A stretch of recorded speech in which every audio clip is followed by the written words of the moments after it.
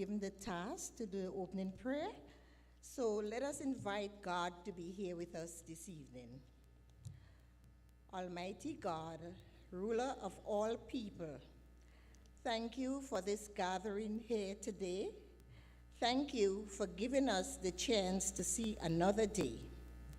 Lord, I invite you to be in the midst as we come together as one body to lift up our country and our leaders. Please protect our country from division and challenges that challenges our ability to live lives pleasing to you. Forgive our shortcomings. Purify our hearts, Lord. Teach us how to forgive. Teach us how to love more. Teach us how to heal. Lord, I pray for national revival and spiritual healing. Heal our land, heal our hearts, heal our world. I pray for the people of Israel at this time. Let there be peace on earth, and let it begin with each and every one of us. Lord, I pray for every member of the New York chapter. May we continue to work through your strength, love, and peace. I pray for each and every member of Parliament, for our doctors, our nurses, our police officers, our teachers, and most of all, I pray for every Grenadian, Caricunian, and PT Martinican. And today, October 8th, I pray for our beloved Prime Minister, Honorable Dickon Mitchell, as he celebrates his birthday. Lord, shower him with your blessings, with your wisdom, with your love, and with your protection. Bless the message and the messenger of this evening's proceedings, Lord. Bless Grenada, Carriacou, and PT Martinique. I make this prayer in no other name but in the mighty name of Jesus. Amen.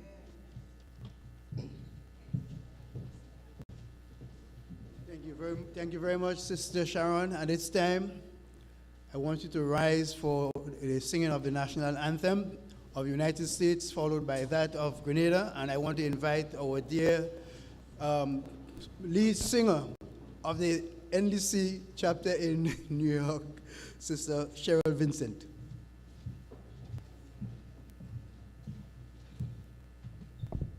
Okay, everyone, please join me in singing the anthems. Oh, say, can you see by the dawn's early light what so proudly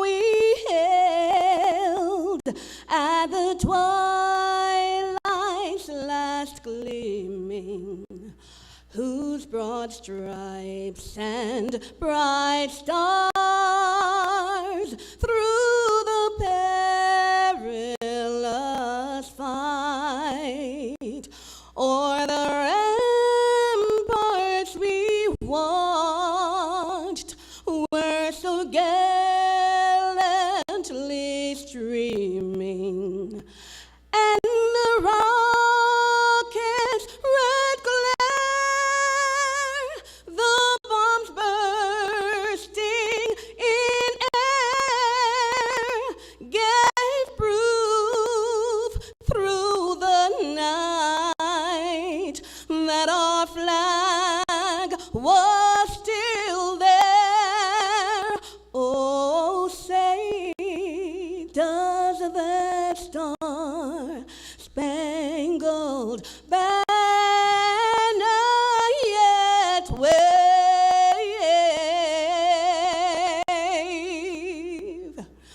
o'er the land of the free and the home of the brave?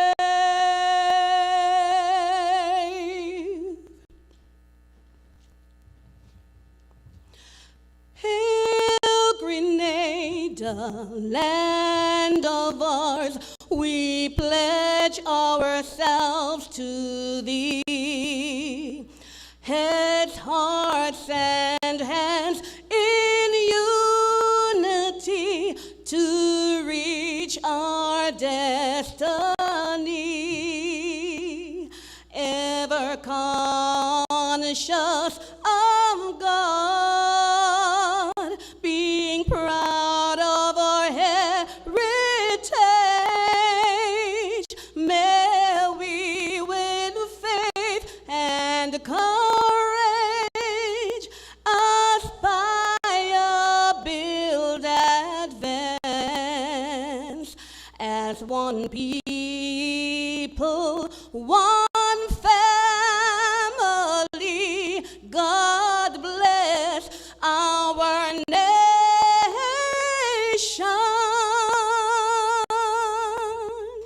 You may be seated. Thank you.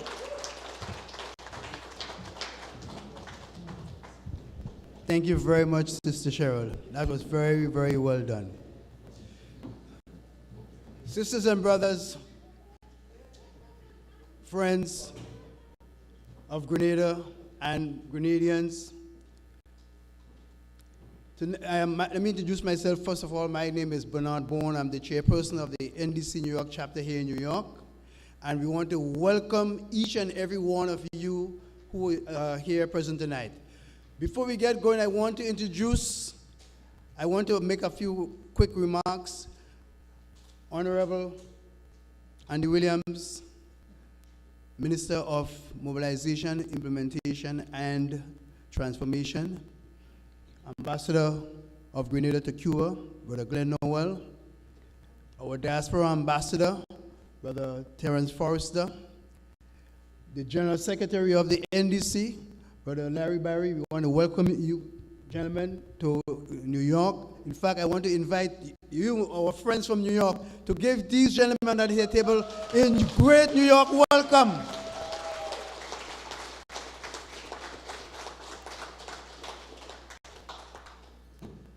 This October, the ND is celebrating its 36 years since it was founded. And this evening's activity is part of the celebrations of the work of the NDC New York chapter. So we are grateful that you are able to spend some time with us this evening. I do not want to be brief because we have some time constraints, so I want to get straight into the meeting tonight. I want to introduce the first speaker. And this first speaker, you are going to love this person. This gentleman is a go-getter. There's nothing like a challenge that he doesn't like. The minute you call it a challenge, he's ready. So before I introduce this speaker, I just want to show a quick series of video clip so that he can make his point after you absorb the information. So I invite the video clip right now.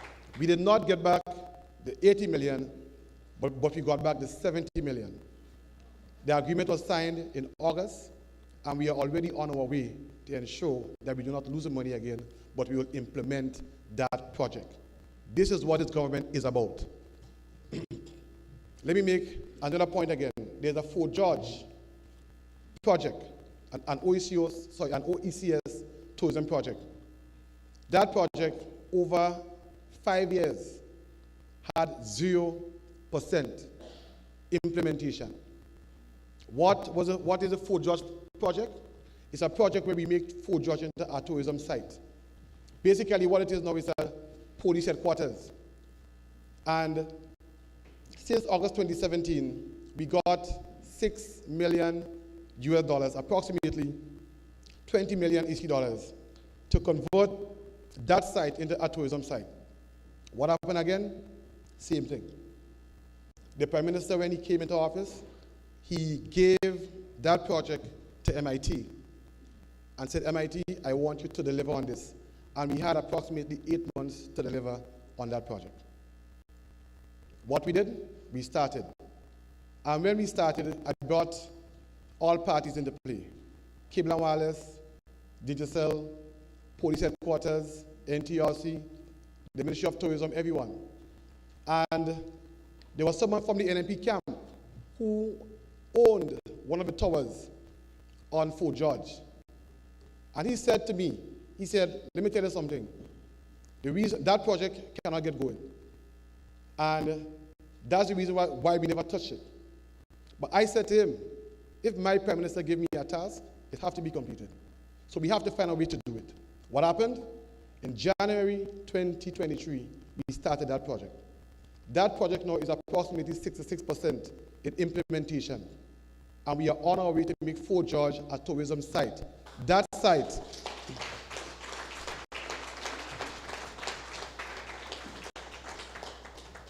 when it is completed, that site will have a restaurant, a museum, a courtyard, a place where you can sit down and see the nice scenery, bars, just name it. And the site is such a beautiful site. You have tunnels and so where tourists can come and enjoy the Fort George. And this is what we are about. We are about getting things done and making things happen, not sitting down as the last administration and boasting about the poor and vulnerable in the country. Now, one thing with our Prime Minister, I can tell you, he has vision. He's a man of vision. And for him, his idea of being in government is to make things happen so we can reflect to see how we improve Grenada and how we move Grenada from one stage to the other. Now, there's one party in Grenada who is about trying to uplift Grenadians. And there's one party in Grenada who is determined to have the Grenadian people at one level by making them think they are poor and vulnerable and keep on using that term over and over again. We have a housing project right now that was given to us from the Chinese. And phase one of that project, the NNP, don't want to call it name, but the NNP, they had a strategy how they would distribute the houses. And they set it up so people can pay back rent and so, And if you go now to look at the houses in Montrush and Sobeys, I went there for myself. And when you watch the conditions, the tiles pop in. There is mold in the area. It's just not the railings have fallen. So if you have a child or children playing, they can fall over because the railings are no good. When we came, we made those houses without closets. Well, sorry, that was phase one. Phase two, when we entered government, we met some of the houses in phase two are already built. But in those houses, you had no closets, you had no cupboards, the bathroom was not outfitted, nothing. There were no tanks in case, there's no water, the people would just suffer for lack of water. What we did, we ensured that cupboards were installed. We ensured that the closets were installed. We ensured that the bathroom was outfitted. We ensure that when you come into the house, you are coming into a house ready to live in. Now, what is the sense? How you can be calling a house a low-income house, and when someone comes in, they still have to get money to pay a carpenter to build all these things. Now, what we did, we entered into an agreement with the banks and the financial institutions, and so that people can get to own a house or a property. Now, this property, the market value for it is over $200,000. We are selling them for approximately $75,000. And if you want to talk about lifting people out of poverty, this is how you do it. Because if someone buys one of these properties, basically what will happen, they will be getting equity in that property of over $130,000. Now, if you acquire a property, you can use that equity to fund a business idea, to help your child get a better education, and you can name it. And this is how we take people out of poverty, not boasting about having people in a poor and vulnerable state. Let me go on. Education. If you want to talk about poverty again, education is one of the most effective ways you can use to take people out of poverty. What we did when we came into office in 2022, we removed all the fees from secondary school so we can make it free for everyone.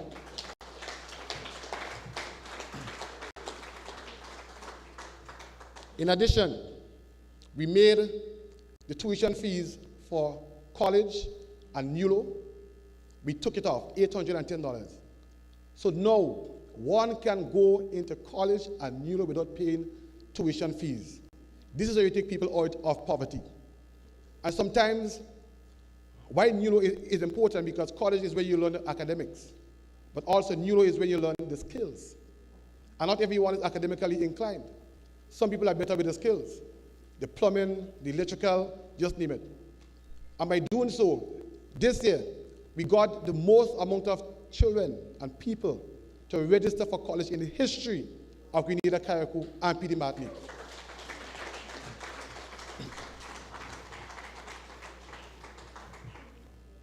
Let me go again. I wouldn't be too long, because I can go for the night. Now, we accept that sometimes people want to come back to our tri-island state, but our healthcare is not in good shape. Now, immediately, well, during the campaign, we said that our mission will be to improve healthcare. And the Prime Minister's dream is to build a new hospital.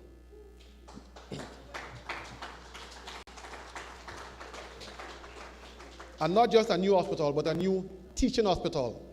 It's a shame that we have SU, one of the best universities in the world when it comes to medicine, and our healthcare is in shambles. What happens is that when the students finish their academics, they have to travel to the USA or the UK to do their practical. But if we have a teaching hospital, they can do it in Grenada. And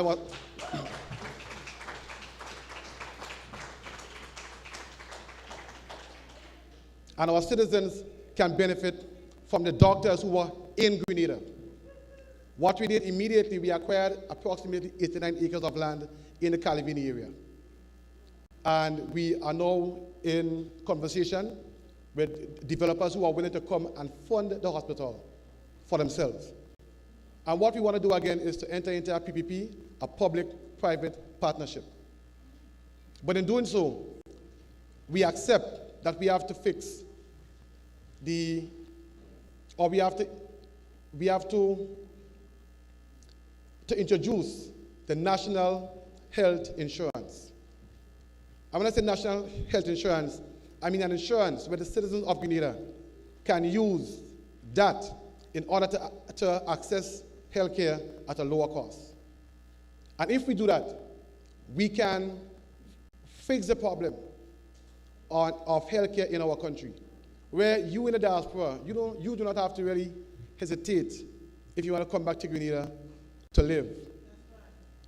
Because you know that the healthcare facility will be top-notch. And this is what we want to do. Healthcare is number one on the agenda. We have skill training, number two on the agenda.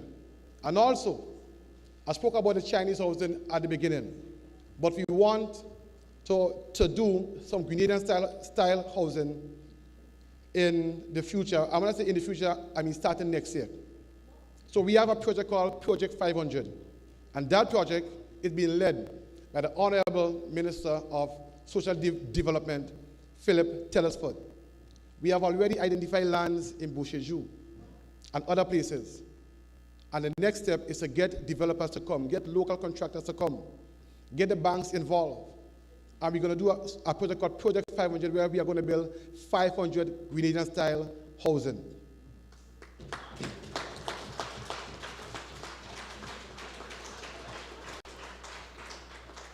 And when we do that, we are not going to stop there. We are not going to stop there. We are going to continue, and next 500, and next 500, and next 500, until we solve the housing situation in Grenada.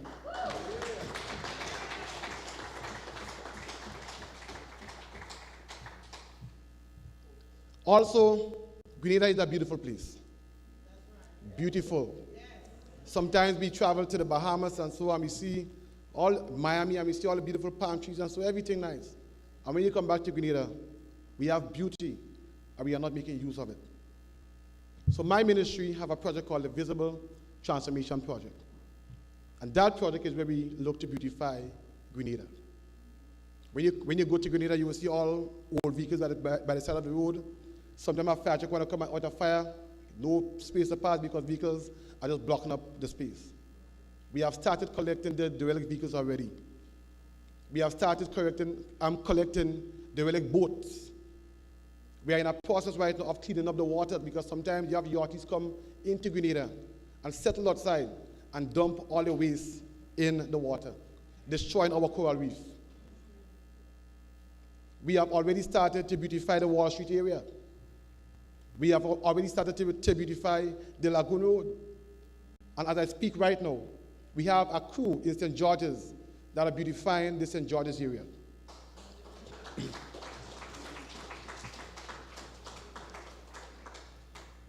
Now, some will give you the idea and play politics, like in Grenada is doom and gloom.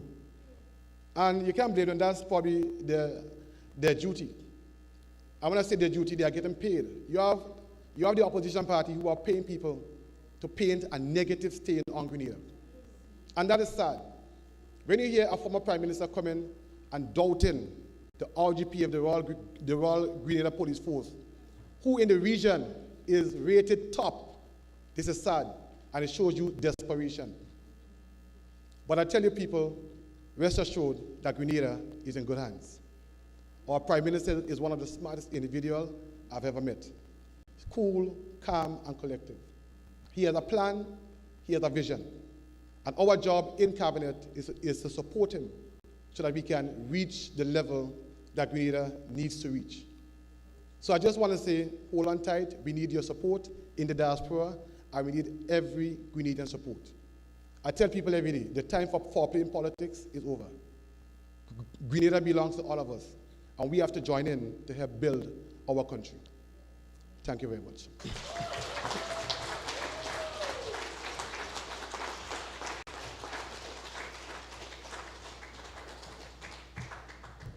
Thank you, Minister. At this juncture, ladies and gentlemen, we are going to pause and introduce to you, for the first time here in New York, our new Consul General is in the house, Brother Michael Brezan.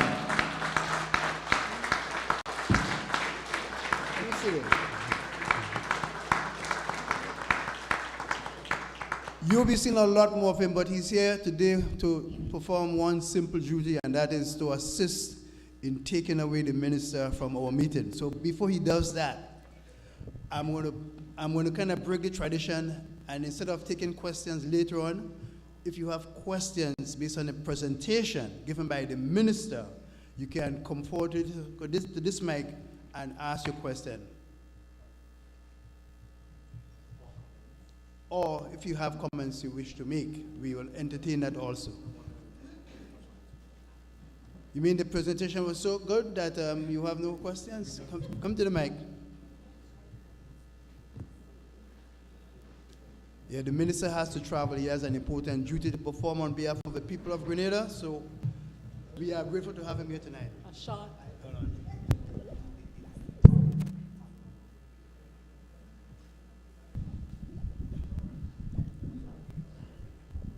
I'm good. Good afternoon, beautiful people of Grenada, Carriacou, and Petite Martinique. I do not have a question, I have a concern. Everything sounds nice. I want to know about Grenville. Grenville is like a shanty town. My concern is what has been done for Grenville in terms of beautification. That's it. Thank you.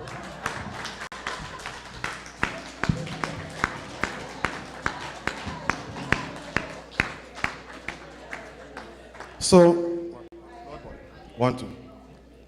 So for Grenville, the same things apply with the relic vehicles. The cleanup, we have done a cleanup in Grenville already, and we are still continuing to deal with the relic vehicles in Grenville. The 4 MPs for Grenville, or the 4 caretakers for Grenville, well, St. Andrews, sorry, right. They have a plan. Part of the plan will be to take back some of the lands and to backfill and to put some areas for recreation in Grenville. But we also have a bigger problem in Grenville, and we have done a study because every time rain falls, Grenville flood. It was said the problem was fixed, but it only became worse, right? So part of the problem will be, part of the solution will be to install pumps certain places so that the water can be pumped out and not just stay and flood the area. But also, let me just mention that when you go to Grenada, you see your mangoes, your golden apples, your fruits on the ground spoiling. But if you look back in the days of the great Maurice Bishop, there was a time when we had factories and we were doing our pulps and juices and so. But that was in the 80s. 40 years passed. And it's like we regress instead of progress. So one of our plan is to bring back agro-processing in Grenada.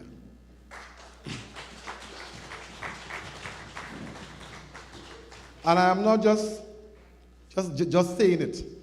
Anyone could say anything, but you need to back it up. So when I went to India 2 months ago, I met with the Indian government, and they pledged to give Grenada $1 million in equipment, any equipment we want, to start our factories.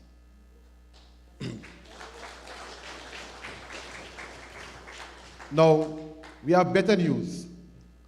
When I go back to Grenada, the delegation will be visiting Grenada, and they said, Andy, that 1 million is now 2 million.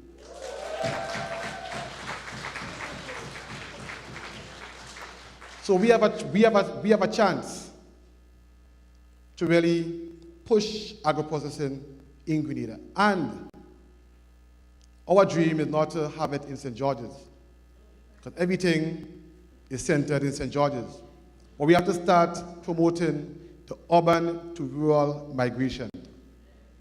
And if we can have factories in the north and in the middle of the island, what it means is that infrastructure can be improved, housing can be improved, and everyone does not have to run to St. George's for a job. But we can have the rural areas being developed, and this is what we want. Now again, we have a case right now in Grenada where the ABC Islands are looking for products to import. And they have engaged Grenada, they have engaged the Ministry of Agriculture, and we are now working with them. So now we have a chance to export our product. But why do we need factories? Because we can add value to the product and get more from it. Also, when you travel to the diaspora, you have London, you have Canada, you have New York. Do you know in the diaspora, you have twice as much Grenadians living in the diaspora than in Grenada?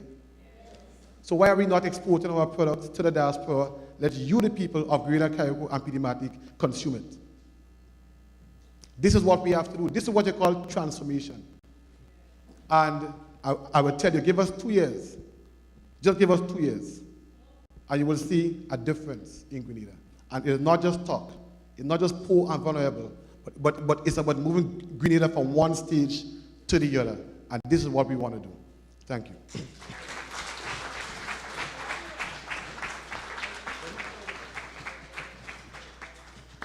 Anyone has any more questions and comments? Please come up. If you could speak loud enough, you got to come to the mic. Well, in order for it to go through, yeah. All right, you will be global. You're on the internet. Give us this mic here and set this one. No, that's a better one for there. Yeah, it's better. That one is better for there. Come, yeah. Hi, good afternoon. I just have a quick question. You talked about involvement from foreign countries such as India and China, and you spoke about a lot of numbers in terms of funds that they're giving us. Only one, if I'm not mistaken, is in terms of grants. So I want to know, what's the catch? What are we giving these countries in return for all of this capital that they're giving us? Because we don't want Nigeria, we don't want things where we're selling off our island in order to build it up. I think that holding the integrity of what Grenada is and who Grenada is really important to me as a child of Grenadians and someone who values her Grenadian heritage. So what's the catch? Like, what are we giving these foreign nations in exchange for all of this money that they're giving us?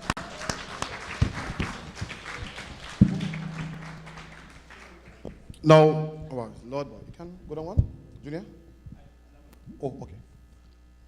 So, I can tell you about India. St. Vincent already got the grant from India. Suriname already got the grant from India. Now, when I travel, when I leave here, I'm going to South Korea. In about 10 minutes, I'll have to leave to go. Now, when I travel, I don't travel empty-handed. I travel with some concepts and some concepts of what we will need in Grenada.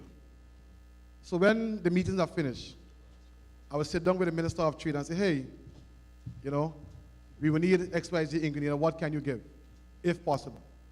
And there are grant funding outside. The UK give us grant to fix our infrastructure and to fix the road system. Grant we don't have to pay back. China gave us a grant for housing that we don't have to pay back. As far as I know, there is no catch. The grants are available or were available in India just to access. And no one in Grenada was doing it. But I saw it and I accessed it, right? So to say that what we have to give back, as far as I know, there's nothing we have to give back. And also, you have a lot of grants outside, especially in the area of climate change. Because what happens is that the developed world, they do all the pollutants to cause the climate change.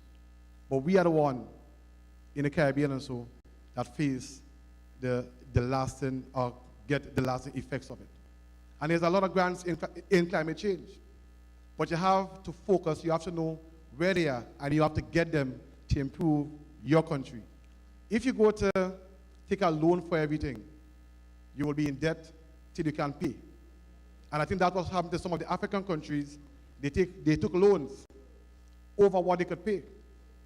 And that's a strategy that was done in order to keep them at a certain level. You see, there are more than one ways for someone to keep you attached to them. Right? And I have no apology in saying this is the concept of the NMP. You understand? And let me just say that before I go, because I must say that. I want to go off track, but I must say that.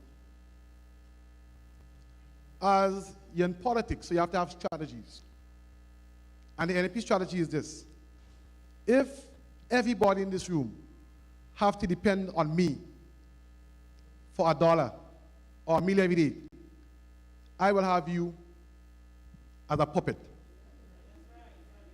But if, in politics, no, if I were to liberate you and make you independent, that's a chance, because I cannot have control of you. Now, the NDC strategy is to give you a handout every day, have you coming back for that handout 10 years after, and you depend on that handout. Our strategy is to uplift people, get them independent, get them working. Sometimes they may not see it now, because they are accustomed to just getting $1 every day. But in time to come, they will see the benefit of having a plan, a long-term plan, so that you do not have to depend on anyone. But you as a man, as a woman, can be able to feed your family by yourself. This is our strategy. So to answer your question, there's no catch to it. It's a grant given to us. We accept it, we look for it, we find it, and we use that grant to build Grenada. Thanks.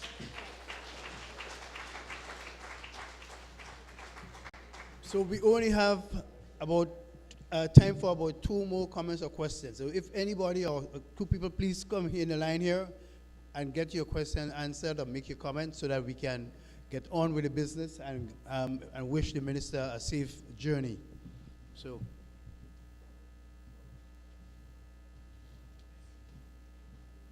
Hello, everyone. My name is Imelda Forrester Evans. I'm from Birch Grove. And our representative talked about farming. And I'd like to know, like some of us have lands sitting there that in the bushes because it cannot be worked, which in my heart, I want to work my lands and plant fruits and vegetables that we can use, but there is no road to get into the land. So are you willing to help to make roads to go into the land so that we can farm? That's one thing. The second thing is I was concerned about our fruits that we have spoiling, and I'm happy to hear that you're going to start processing the fruits that we have. The next thing is health care, which very pressing on my heart. I'm a returning resident to Grenada, and the standards seem to be different. Once you open your mouth, if you don't say, ade, they know you're not. I mean, it's the truth. They know exactly that you were away for some time. And, and it seems as though there is a different standard for those of us returning residents. So I'd like to know what standard will be set for returning residents with regards to health care. Will there be some kind of package that we can pay into, or what would the standard be? Because although most of us have insurance up here, it does not work with us when we're in Grenada. We have to pay for everything, or we have to fly out if we get sick. So what kind of standard will be set for those of us who return to Grenada to live? And a lot of people want to come back, but they're afraid because the medical care is so bad. Thank you.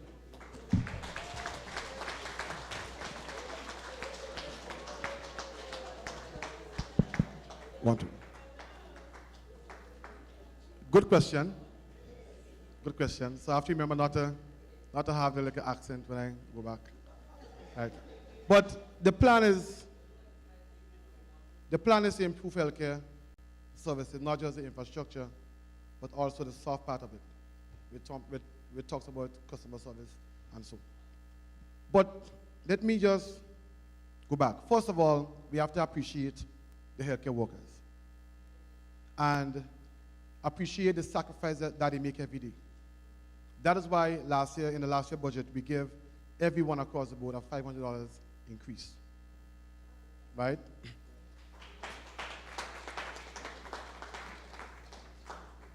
And again, that is why we will be introducing the national health insurance. So, because you have a lot of the stuff is free when it comes to healthcare in Grenada and in the hospital. But if you want to have an efficient service, you have to pay, right? Because it's an expensive thing to run. And I've been hearing since before I entered government, medication, lack of medication, whole sorts of things. And we have to fix it. That is why we will be doing a PPP, a public-private partnership, so that we can have the best quality health or service. We can have even the equipment, everything up to mark. And we don't have to reinvent the wheel, but we can copy the services from the more developed countries. And I think if we improve the infrastructure, we introduce the national health insurance, where people who want to access basic services can do so. I think this is where we have to go. We have cases in Grenada where people are on dialysis. The kidneys are failing, and they cannot pay to do the dialysis. So sometimes they have to take 3 treatments a week. They may have to take 1 or 2.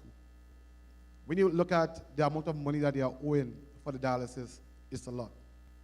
Imagine someone can benefit from having health insurance, where they do not have to go and find all this amount of money to do dialysis. If not, you're a dead man.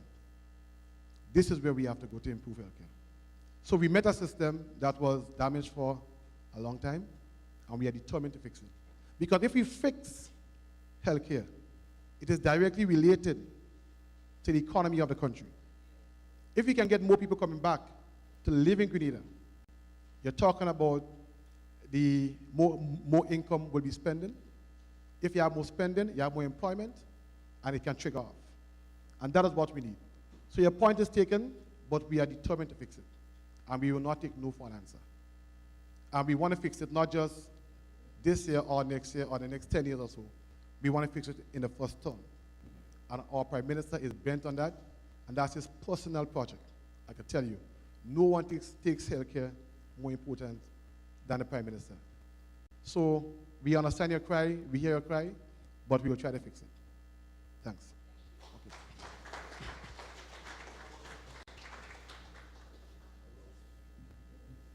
Sisters and brothers, I'm sorry, that was the last question, because we have to make sure that our minister gets to the airport on time so that he does not miss his flight. Madam Minister, we want to wish you safe travels and continue to do your work and do the work of the government. And we really are grateful that you were able to come here to New York and celebrate with us this weekend as we, the New York chapter, celebrate the 36th anniversary of the NDC. So thank you again. And give our new Consul General another warm welcome. We will be seeing him some more. And thank you again, gentlemen, and safe journeys. And I just want to say, New York, thank you for having me. It was a pleasure being here. I feel sad that I had to leave, really sad I have to leave. I wish I could have stayed longer. But Brother Bone and the New York chapter, Larry Barry, Glenn Noel, Terry Forrester, everyone from the executive of the New York chapter, and everyone here, I just want to say thank you for your warm hospitality, and I feel like home in New York. So thank you very much.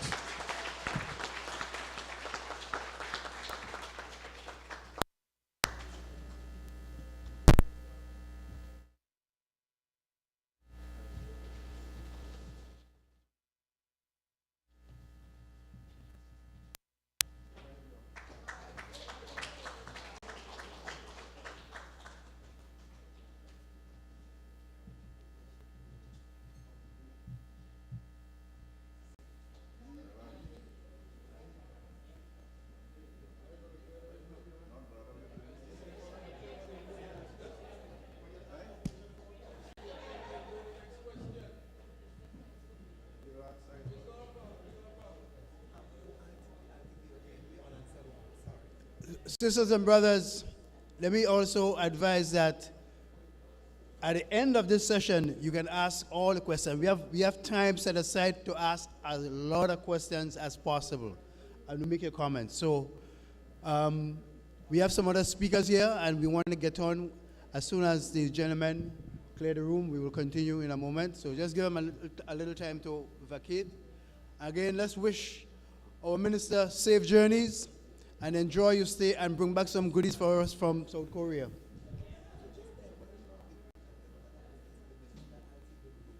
And of course, we have some very capable leaders on the up here at the head table. And they are capable of answering any of the questions that you are going to have later on. So at this point, I want to once again introduce ourselves. I want to actually greet the executive members of the New York chapter, members of the New York chapter, our friends and sisters in the audience, again.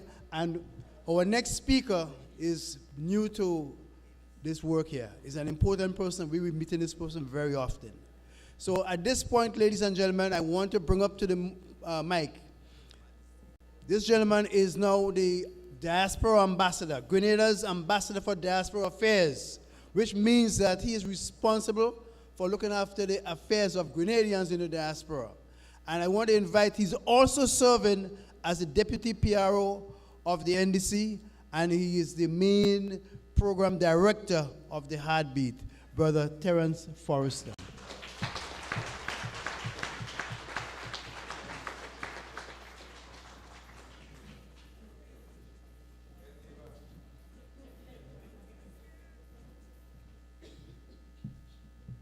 Thank you very much, Mr. Chairman. For those of you who only just arrived a moment ago, let me recognize in his absence the Honorable Minister who is responsible for MIT. I don't need to call his name, do I? All right. Okay, let me also recognize our Ambassador to Cuba, His Excellency Glenn Noel.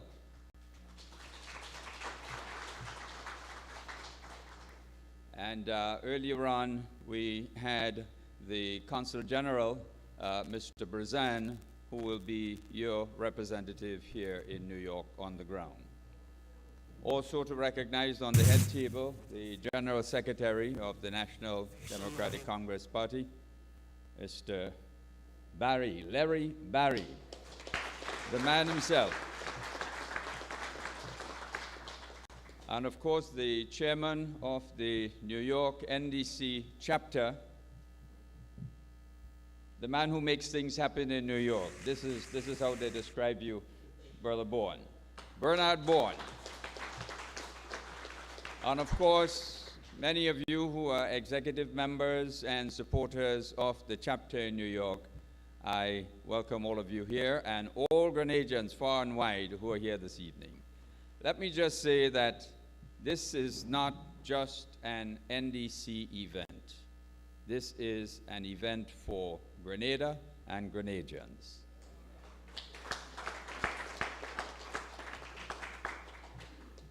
Let me therefore say that when Prime Minister Deacon Mitchell announced in Canada on the 1st of July at the gala which he attended that I will be the Diaspora Ambassador, I too was shocked.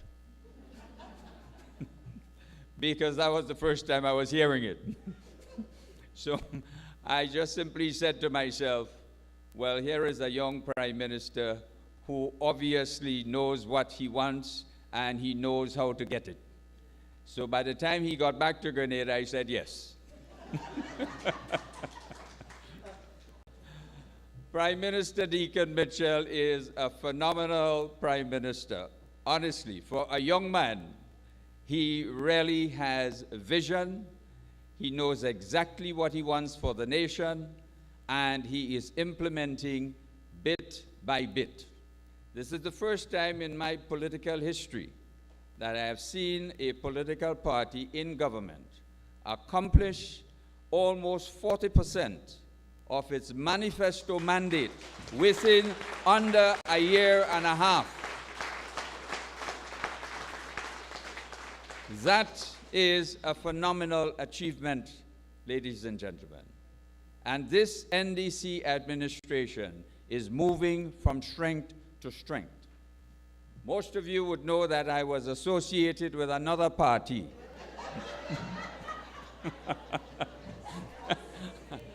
I had to speak the truth.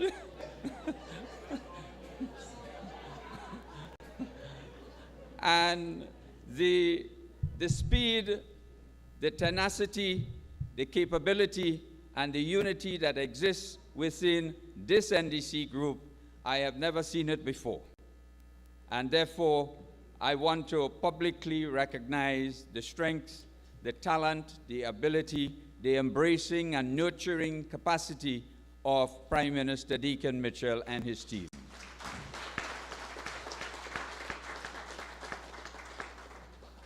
Well, having given me this responsibility as ambassador with responsibility for the diaspora, for a brief moment I thought it was just New York alone.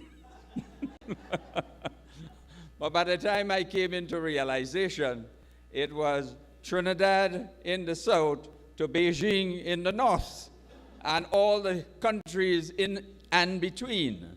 So it gives me the opportunity to interact with every overseas mission, embassy, high commission, which Grenada has throughout the world.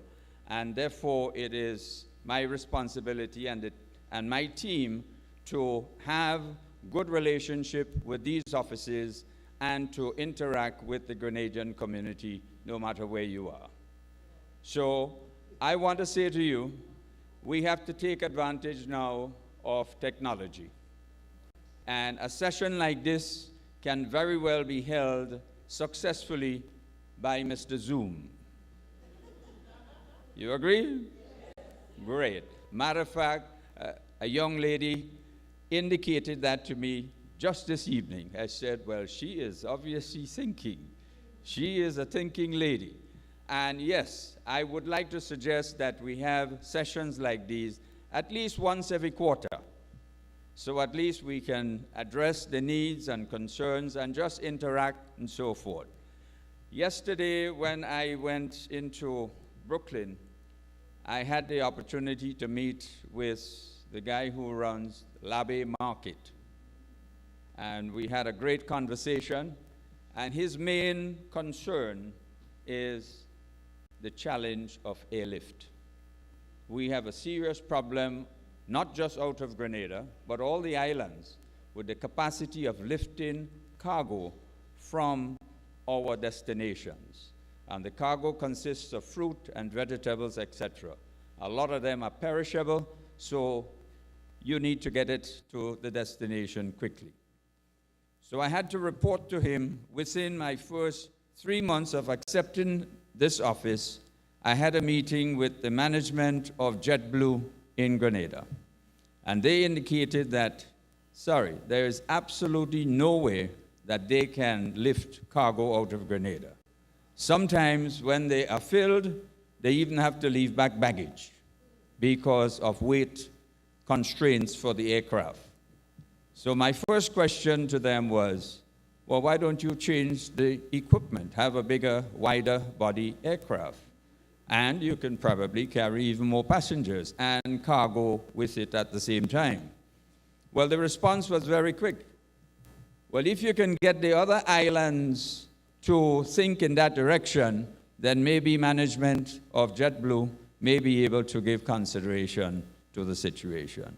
So this is one of my jobs right now, to liaise with the other islands where JetBlue flies and to say, let's have a joint arrangement, make a joint presentation to JetBlue and say, this is what we want in the region, or if you wish to have a separate flight altogether, just dedicated to lifting cargo from the region.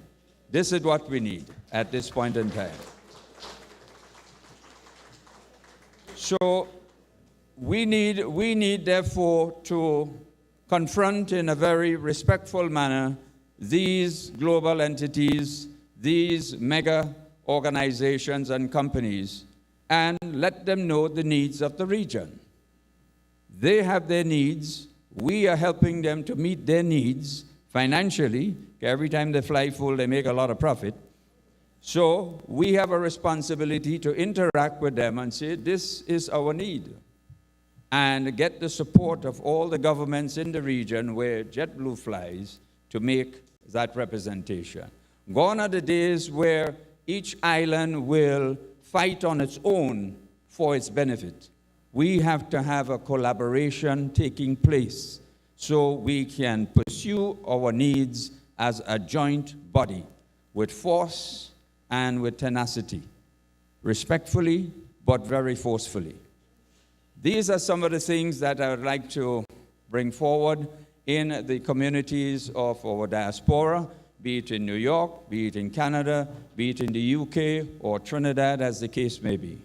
We have a serious problem in the region with respect to now air traffic, airlift. We're having a serious problem of cost of air travels. To go from Grenada to Barbados or to Trinidad, the cost is so high, you can almost fly to Miami for that cost. Part of the issue, it is because of high taxes implemented by governments in the region. This is a matter that Prime Minister Mitchell has recognized, and he has already advanced discussions with his colleague prime ministers in the region. I tell you, this Prime Minister is being respected throughout CARICOM for his bold initiatives,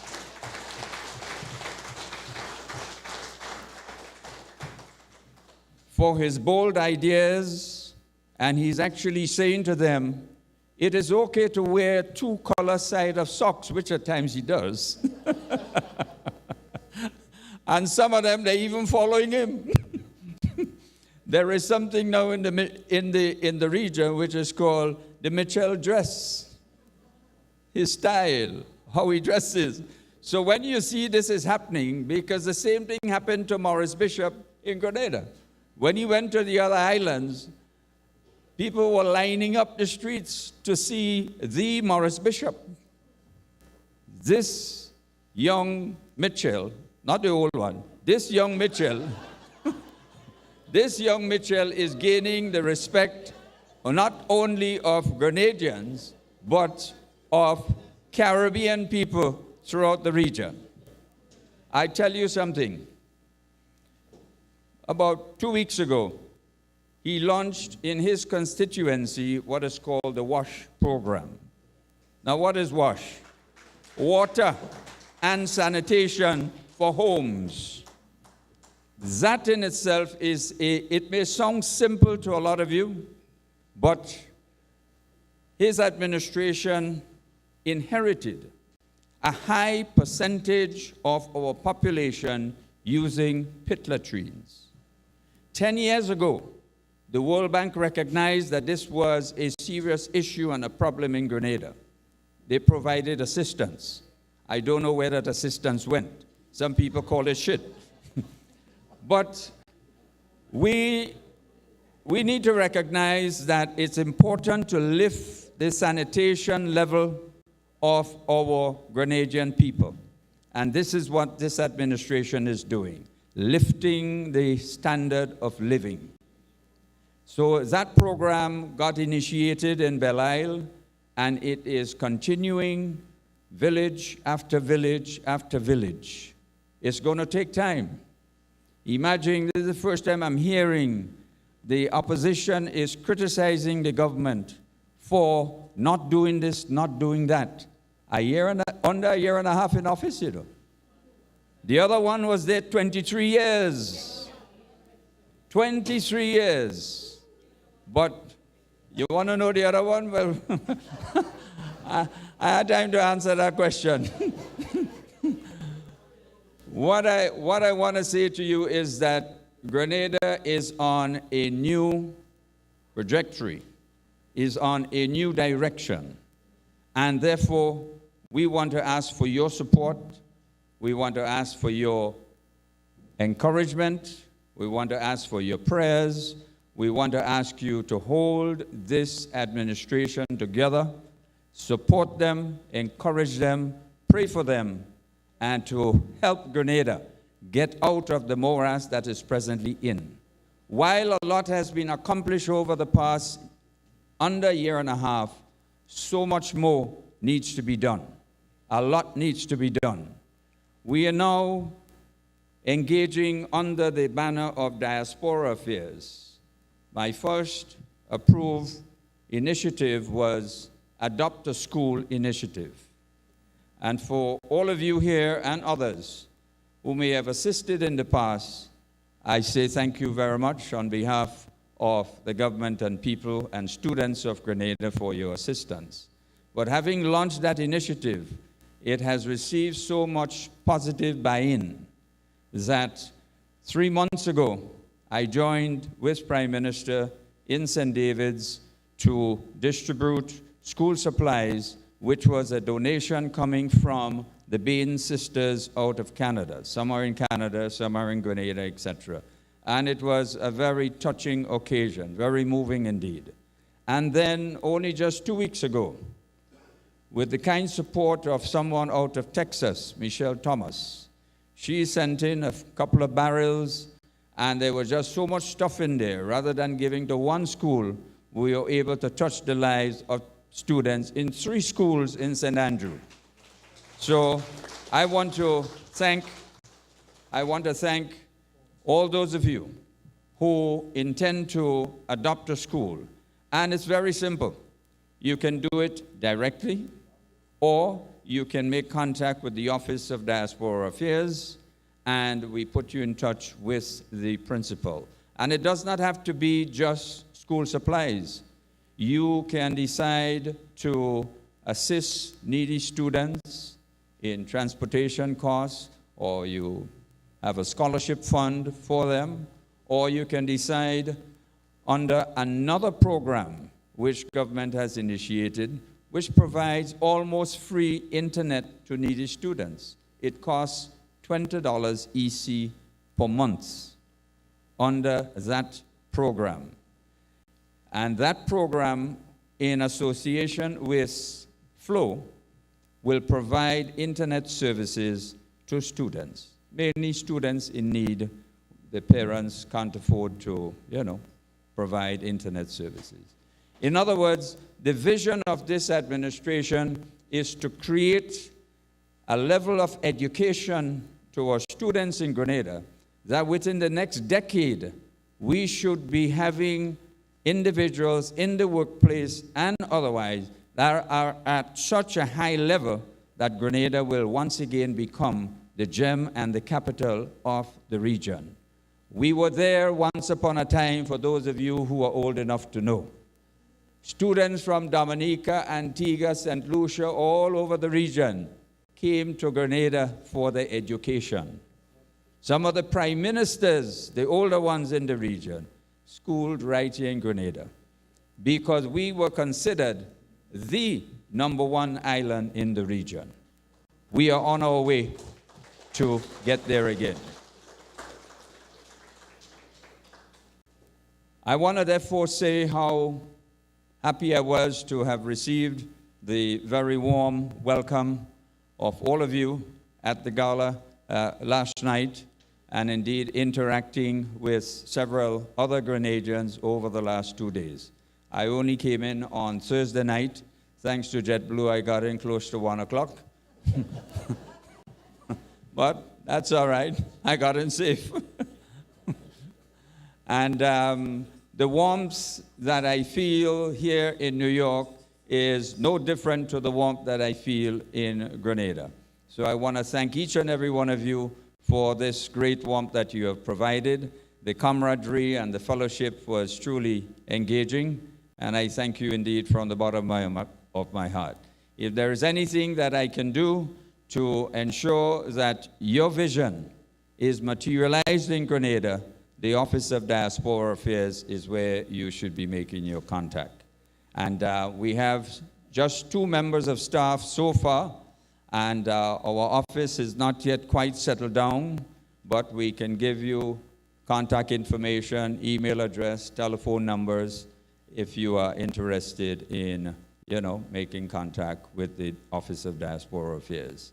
So, thank you very much, and I'm open to any questions which you may have. Thank you.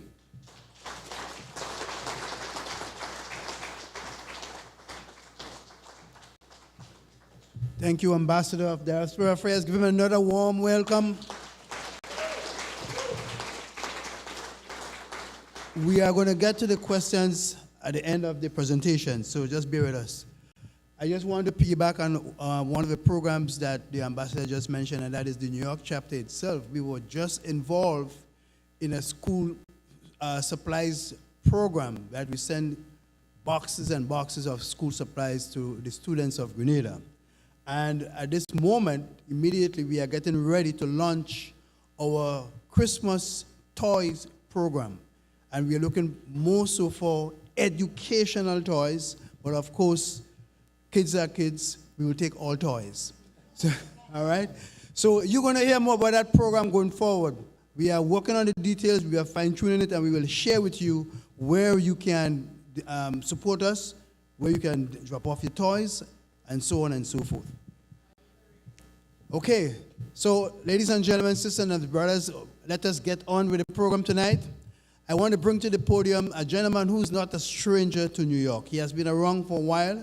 He's not a stranger to the party. This gentleman has been, I would say he has been like Atlas, lifting up the party, holding the party up like that for ages and ages. This gentleman has served in several capacities within the National Democratic Congress, except the political leader. And I think deputy political leader. He served as chairman, he served as general secretary, as PRO. I want to bring to the podium our new ambassador to the People's Republic of Cuba, Brother Glenn Noel, to make a few remarks.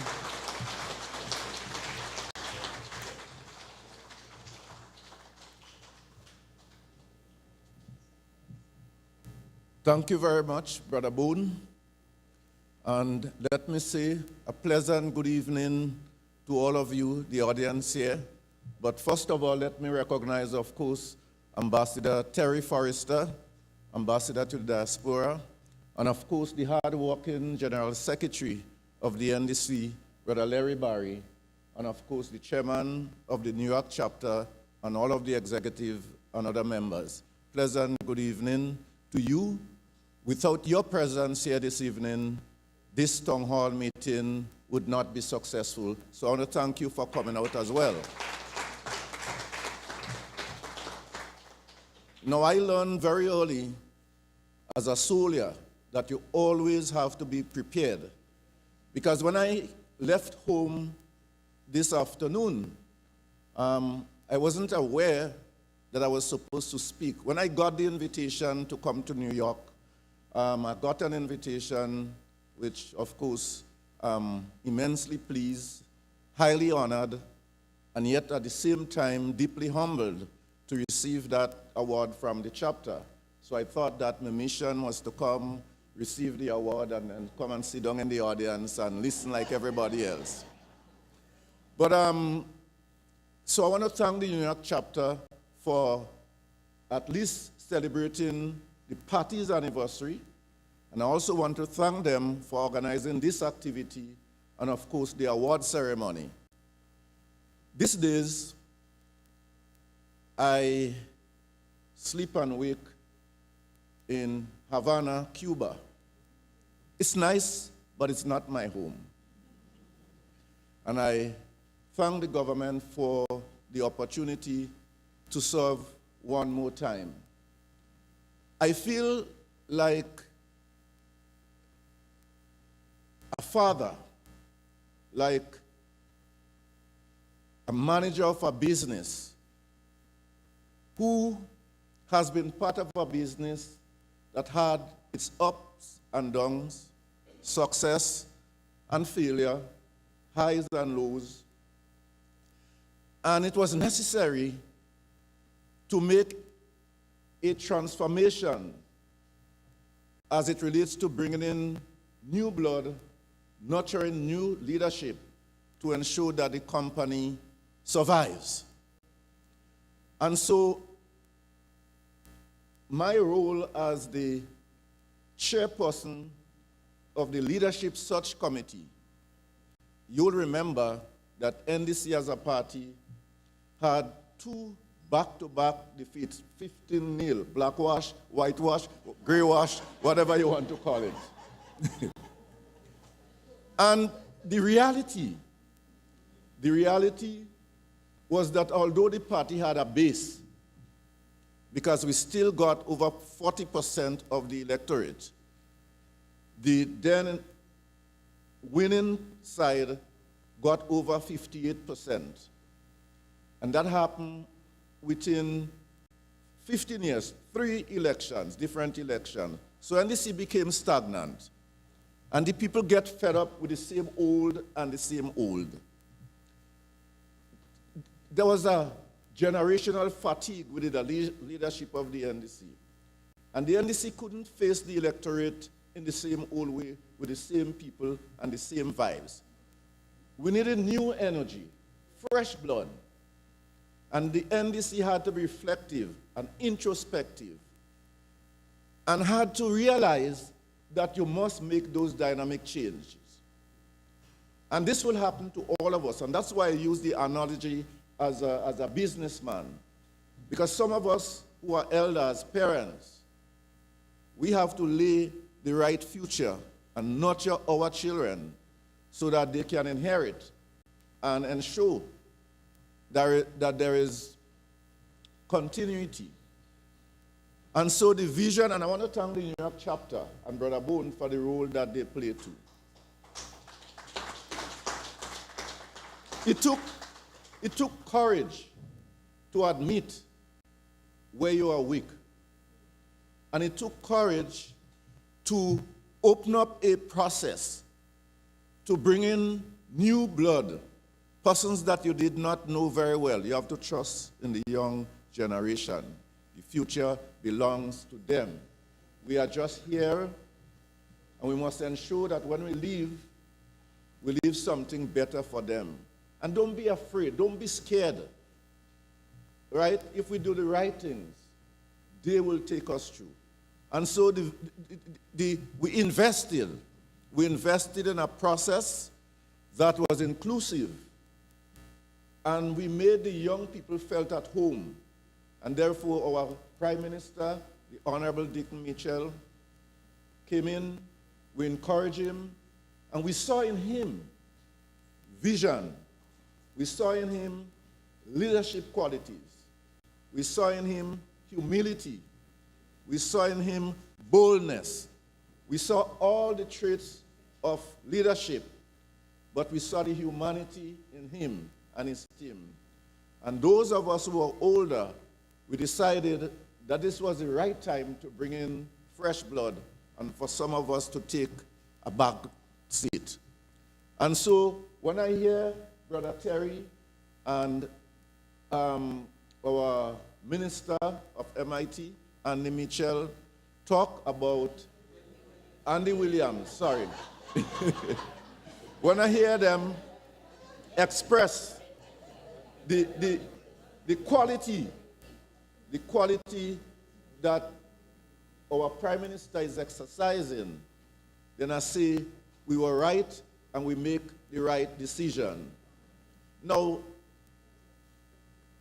if I'm selfish, I would say what is happening on the opposite side must continue to happen and NDC must flourish. But I'll tell you deeply, right? The same way I remember having a conversation with the former Prime Minister, and at one time, as you know, a lot of the other guys who was in NDC went over. And they used to say to me, Glenn, boy, why are you wasting your time beating up with this old party for? Come and join and everything like that. And I said to them, Grenada needs a strong NDC that is vibrant, that could be a good opposition and a good alternative. And our opposite forces need to recognize too that in order for them to be relevant, they have to make the necessary transformation and transition, right? and bring in fresh blood and leadership, right, in order to be competitive. And you may say, well, we shouldn't be concerned about that. We should just concern about we get the opportunity now and to lead for the next 10 and 15 years. And that is true. But I would also like to see a good, strong opposition and good competitive politics in Grenada, because that is good for all of us. That is good for all of us. And so I am happy with the progress that the government is making so far. They are not perfect. They are human. It's a young group of persons. But for a young group of persons, they have landed on their feet and keep running. And I want you to give them a round of applause. The vision that they have for Grenada and the pillars that they have identified are very sound. Education and training, and in fact, you have heard about the investment in ensuring accessibility to secondary and tertiary education. That is important because many of us here, you know, is access to education that help liberate all of us and give us an education and wealth and development. So that is very good for the country, generally. And they recognize that you need to build a gap between academic education and investment in skills. And they're doing that in Grenada as well, and that is extremely important. And in fact, I want to say that we have a role to play too. The developed countries like America, New York, have always played a role in the development of the country. People come, they acquire skills when they come here, they get exposure, they get jobs, they develop capital, and so they can invest, they can come back, they can train, they can teach, they can nurture, they can mentor. And it's up to Grenada now to create a path to give you the encouragement and the incentives that you will feel comfortable to invest in your homeland. Because let me tell you something, and you know that already, it is getting more and more difficult to live in this part of the world as Caribbean people, right? And I was so proud to hear this young lady talk about her heritage, the fact that she's Grenadian of Grenadian parentage, and she values what is unique about us. And so the link between training your children, taking them back home for vacation, teaching them about their roots, so that you won't have a big house in Grenada and then there's no one to live in it. And you won't have lands that is just wasted and nobody to go back and take care of it, because you give them that root that they understand who they are and where they're from. And so that is extremely important. The other important point that I want to make, the issue of the healthcare, I think is extremely important. The government recognizes the importance of starting with primary healthcare, because you can't put all the pressure on the main institution, which is the hospital. Everybody a little caught, a little so, every emergency getting there, right? So you need to ensure in the communities, in the villages, there are good healthcare facilities that will take care of those basic things. And you invest in training and the prevention aspect about identifying diseases and deal with it at a very early age. And so the investment in training and having more nurses, more doctors, and to specialize in various fields is extremely important. Where I sit in Cuba, I interact every day. In fact, at the moment, we have about 3 or 4 patients from Grenada in Cuba doing this. Some come for hip replacement, some come, in fact, I have a guy there now that is stage 4 cancer, very advanced, very, very, very serious, and we're trying to see the best that we can do. But a lot of the cases is that we identify those problems when it's too late. So the prevention aspect, the primary health care is extremely important. And of course, investment in education, nutritional training, and everything. Then the issue of food security, which the government is investing in again, is extremely important. Because you have to be able to ensure not just that you have sufficient food to feed yourself, but nutritious food too, and to ensure that you could enjoy good health and to cut back your export bill. your import bill, because we spend millions of dollars with things that we can grow in Grenada and we can make in Grenada. And so the whole question of investment, and you know, we keep thinking and talking about foreign investors, right? The person who buys a bus in Grenada is an investor. He invests $100,000, sometimes $150,000 to buy a bus. The person who buys a fishing boat is an investor, a small business person, right? The person who opens a private school is an investor. And I'm saying to you too, we have to get rid of the old habit where we think you need to work and we save some money in the bank. Sometimes you die before you reach 60 years, before you reach 70, you never had an opportunity to use that money, you go nowhere. We have to make that money make money for us so there is an income coming in. And there is an opportunity to find out where you can invest in Grenada, what you can do to spend some money to get back some money, and at the same time to help to create jobs and so. And that is the mentality, that is the attitude we want to see, that is what we want to create. Grenada is a fine place. In this world where crime is becoming increasingly a major problem, we still have tranquility. We still have peace. Grenada is still unspoiled in so many ways. You can still leave your car at least open. I mean, everywhere you have a little murder every now and then. And I'm not saying that nothing is happening in Grenada.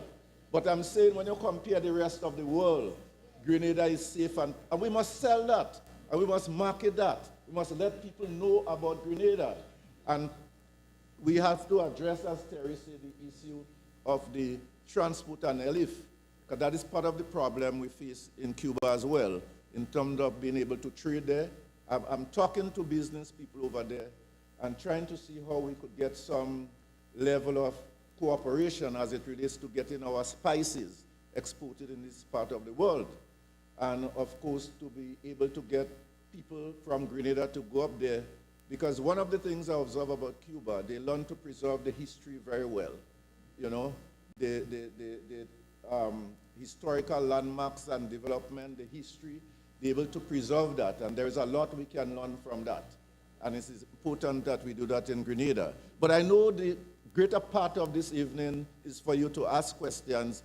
I tend to speak a little bit long, and please forgive me. So I will wind up at this moment by thanking you for turning out and thanking the organizers and saying it's a great pleasure to be here. Thank you.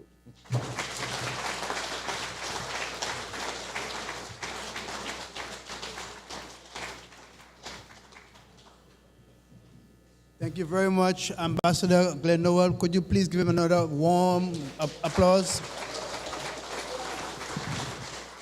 Sisters and brothers, we are about to get to the other speaker, but before we do that, I want to suggest to all our folks who are standing at the back, we have lots of empty seats in front. We're going to take a small pause to get you to come and sit down. It is a kind of hazard against the rules of the building here, that we don't want people standing in the doorway and so on. Please find a seat. All right, please help us to find, there are a lot of seats in front here. We have about 12 seats right here.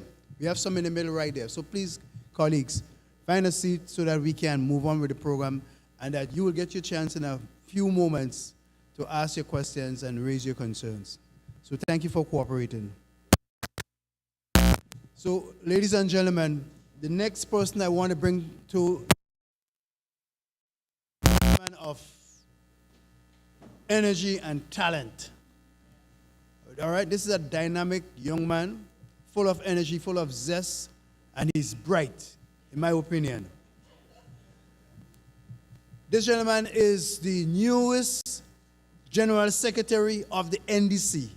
And I tell you one thing about this man, he may not tell you tonight, but I have never seen a man who would work maybe from 8 o'clock in the morning to 4 o'clock the next morning. And he's not tired. I don't know what is going on with this man. Those of us who live here and you look at television, you remember the advertisement, the energy burner, what is it? Energizer burner? He reminds me of that. I don't know. He is, but the point I'm making is that this gentleman is always alert, he's sharp, And I want to bring to the mic our newest General Secretary of the NDC.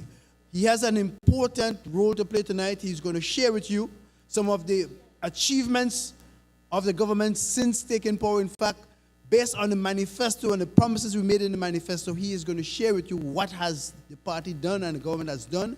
And after that, we would take a break. When I say take a break, I mean we will take a break from the stage.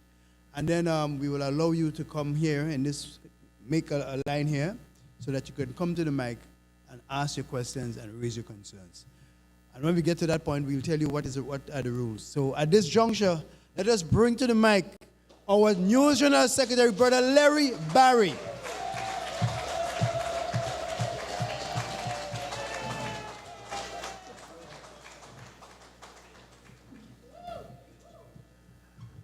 Thank you very much, Comrade Chair.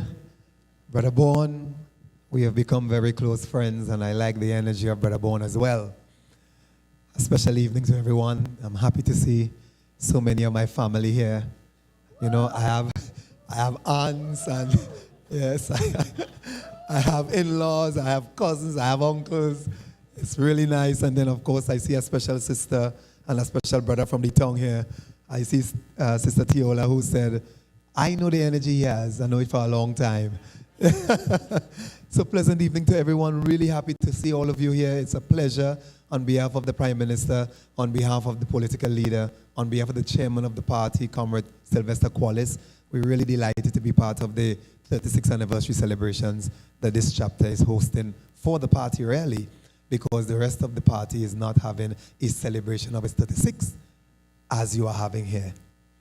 So you are always the vanguard branch. You are always the standard bearer. The New York chapter is as old as the NDC, and it is the standard bearer for the National Democratic Congress.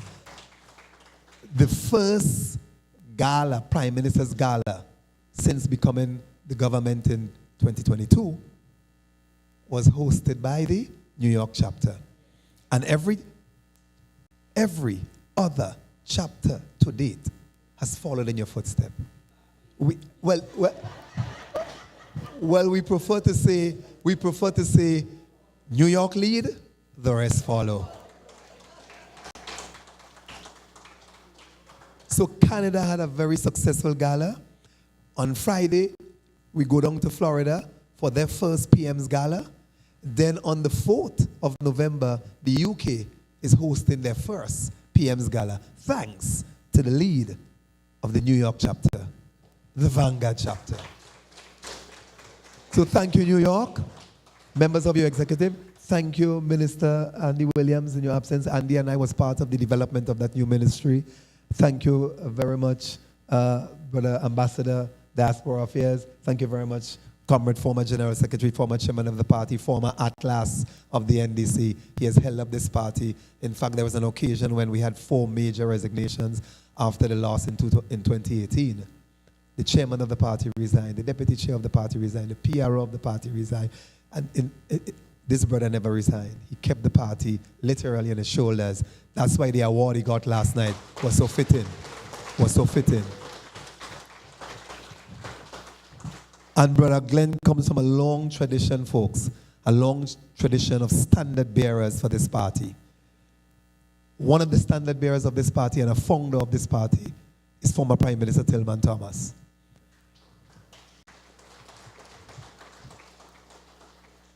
And we know there is something in a name. Are there any Thomases in here? Anybody with the name Thomas? First name, last name, middle name. Wow. We have about 150 people here, it looks like. We do not have another Thomas in middle name, first name, or last name. Well, I saw people's reaction when the ambassador to Cuba, former General Secretary, said, Andy Mitchell. And the question is, what's in a name? Well, in the National Democratic Congress, there's a lot in a name. And the name Thomas is a name you must never forget.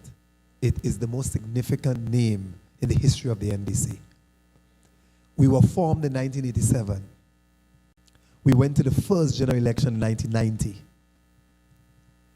That general election, we had the first significant Thomas to help the NDC. Mr. Edsel Thomas, who won the seat in St. John's in 1990, came over to the NDC because we won 7 seats. 7 seats in our first general elections. We won the most seats in that election in 1990. But in a 15-seat parliament, you need 8 to govern. Edsel Thomas left the GOLP to help the NDC form the government in 1990.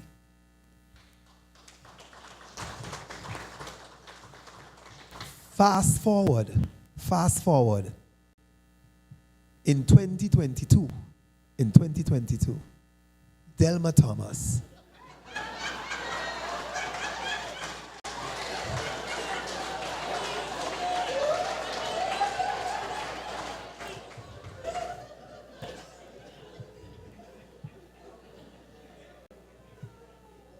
and the significance of the name Thomas, not finished yet. Do you know that suffering 2 15-0 losses is a major challenge? So that in the first loss in 1999, 15-0, Tillman Thomas became the political leader and the first Thomas to become prime minister. Do you know that today the current prime minister is also a Thomas? Yes. One of his 2 middle names is Thomas. The name Thomas. And his father, Peter Thomas. That was the father name. But his middle name is Thomas. So it's Deacon Amish Thomas Mitchell. The significance of a name and the importance of the name Thomas to the NDC must stay with you forever. So whenever our Thomas comes over, we applaud.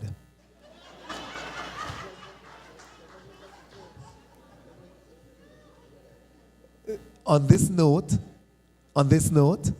I want to give you a recap of our performance to date, starting with our manifesto commitments. It's going to run in the video.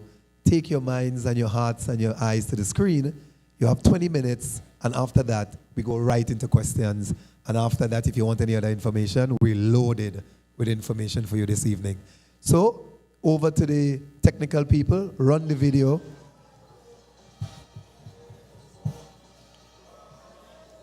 Our 16 highlights.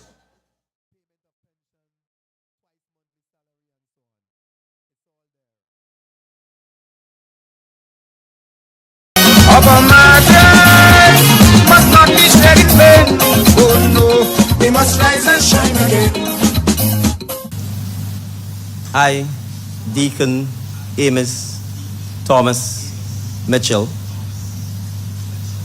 do swear that I will bear true allegiance to Her Majesty Queen Elizabeth II, her heirs and successors, according to law. So help me God.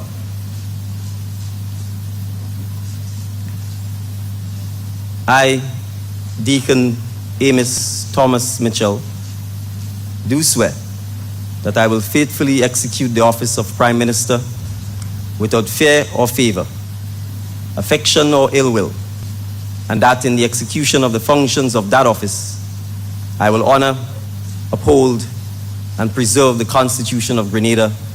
So help me God.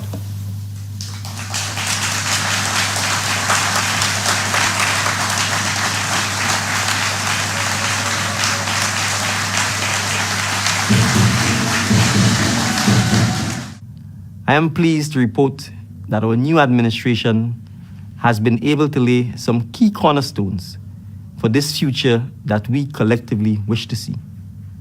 Payment of dock salaries to teachers and other public officers.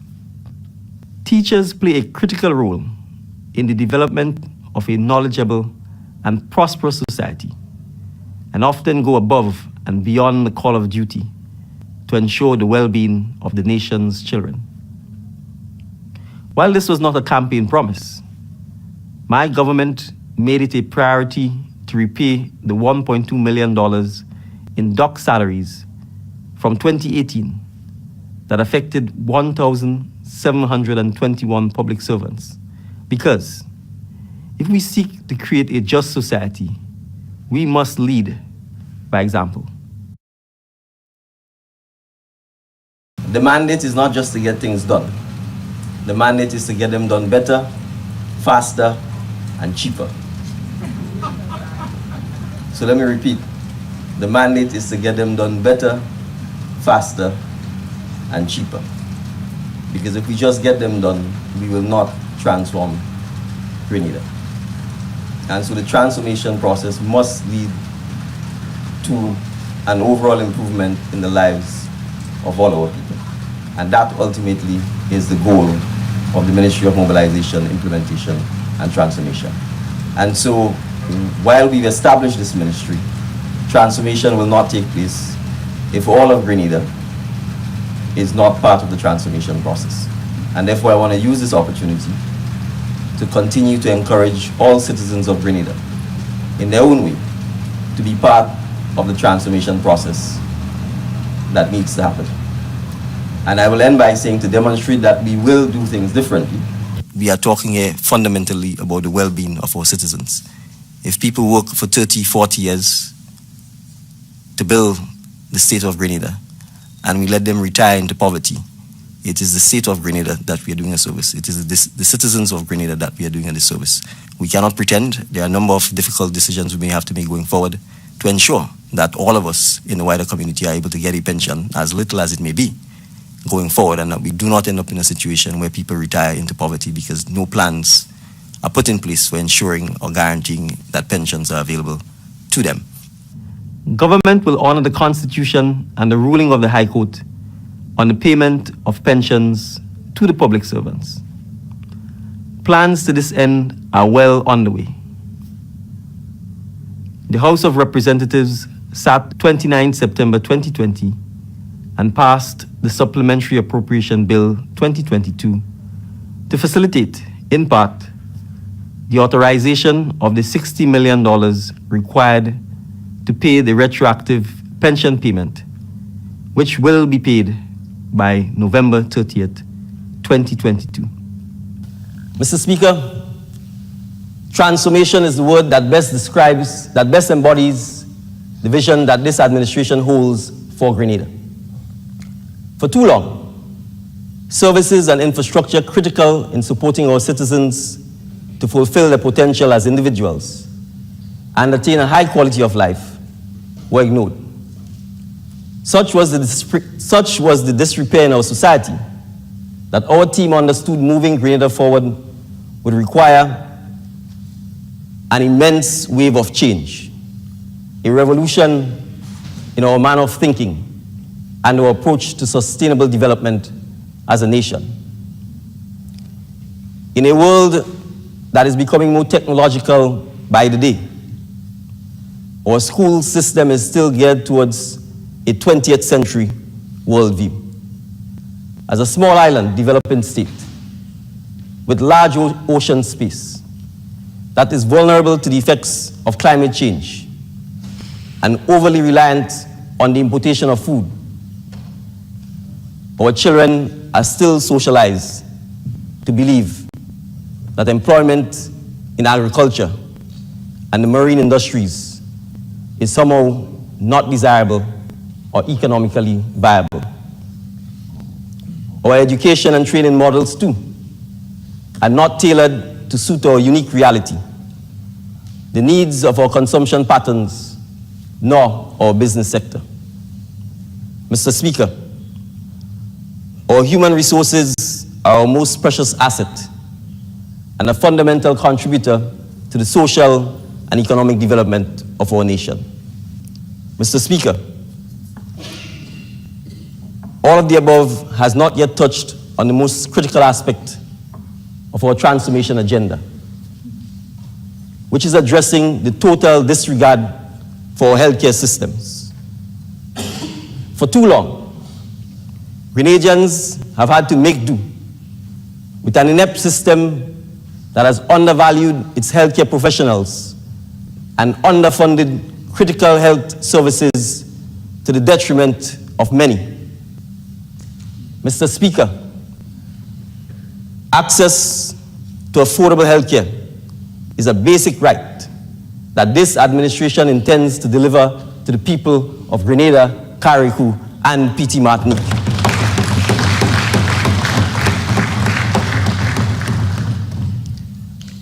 Mr. Speaker, we have made a commitment to construct a new, modern public hospital with teaching facilities as the centerpiece to the development of the education, health, and wellness sector.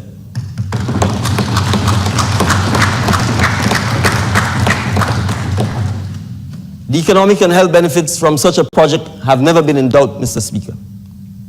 Preliminary studies have already confirmed the potential significant impact on our economy. To demonstrate our commitment in this regard, we will launch this project next year and complete the necessary preliminaries to commence the project. The amount of $5 million has been budgeted for phase 1 of the new hospital project next year. Additionally, we will upgrade our health facilities across the Tri-Island state and introduce systems, including primary health care teams, to strengthen primary health care access and delivery. Alongside health and wellness, transforming our approach to education and training to ensure the delivery of high quality and relevant learning and skills to our population, especially our youth, is crucial if we are to transform Grenada. Of paramount importance, Mr. Speaker, is the need to pivot this sector towards this new trust and position our citizens to be at the vanguard of this 21st century revolution. Therefore, Mr. Speaker, we need to address the skills gap. A fundamental issue that we must confront is the gap that exists between the curriculum taught in schools and the skills required for the job market and Grenada's development.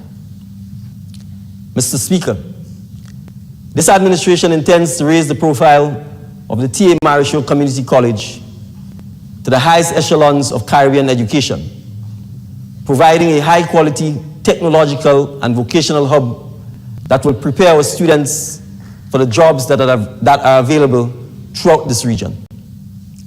To this end, we intend to partner with the World Bank for the provision of a highly concessional loan of US $15 million. These funds will be used to strategically strengthen capacity at TAMCC and develop high-quality academic programs tailored to the Caribbean reality, which will ultimately contribute to research and innovation that support local development. An amount of $500,000, Mr. Speaker, has been allocated for the commencement of the OECS Regional Skills and Innovation Project next year. Specifically, the vision for TAMCC will be achieved through the following initiatives. 1, institutional strengthening. 2, promoting regional networks and centers of academic excellence. 3, supporting high-quality student services. 4, improving laboratories and workshops. 5, developing digital skills and digital infrastructure for students and teachers. 6, implementing information systems to monitor students' skills proficiency, academic progression, and labor market outcomes. Mr. Speaker, capacity will also be strengthened at the New Life Organization, NULO, the National Training Agency, the NTA, the Small Business Development Unit, and other agencies to deliver the skills that are needed to transform our economy and to create opportunities for employment both locally and abroad.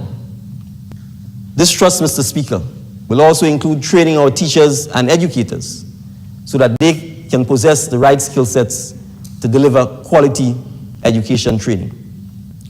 Additionally, Mr. Speaker, provisions have been made to train our youth in coding, a critical skill in many future jobs. An allocation of $1 million has been allocated in the 2023 budget for this, Mr. Speaker.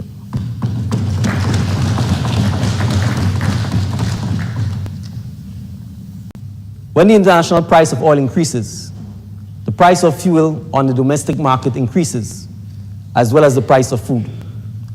Mr. Speaker, while we have no control over the international price of oil, we have taken decisive and deliberate actions to reduce the impact on our citizens while being fiscally responsible. Mr. Speaker, we removed the petrol tax effective September 18, 2022 for a period of 4 months in the first instance. This led to a dramatic reduction in prices at the pump and even resulted in Grenada having the lowest prices in the OECS region.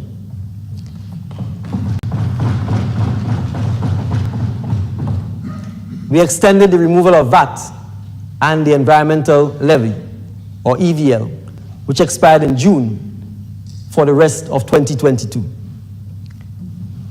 To help reduce the cost of food, Mr. Speaker, we instituted a cap on freight effective as of October 1, 2022 for a period of 6 months. Mr. Speaker, as a government, we will do what is necessary for as long as it is necessary to shield our citizens from the devastating impact of high prices, especially on food, fuel, and other necessities. Therefore, Mr. Speaker, in 2023, the following additional cost of living and other relief measures will be rolled out. Mr. Speaker, we will exempt VAT on the following food items and other necessities effective February 2023 until December 2023.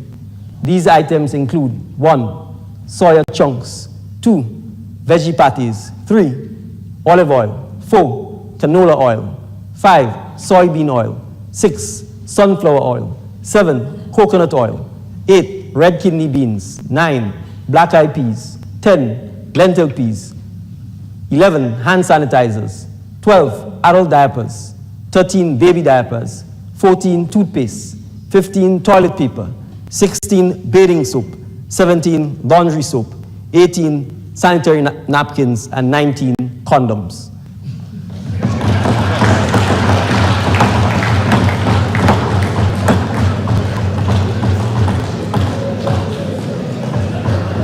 And in the event you want to know why condoms make the list, the Minister of Health and the Ministry of Health has noted, Mr. Speaker, an increase in STDs within Grenada.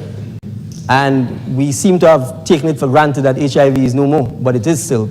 And therefore, we need to ensure, particularly, that our young persons are given the opportunity, Mr. Speaker, to practice safe sexual and reproductive practices.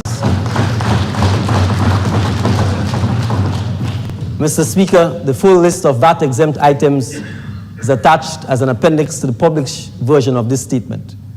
The exemption of VAT on these items is also aligned, Mr. Speaker, with government's policy to support healthy eating and lifestyles.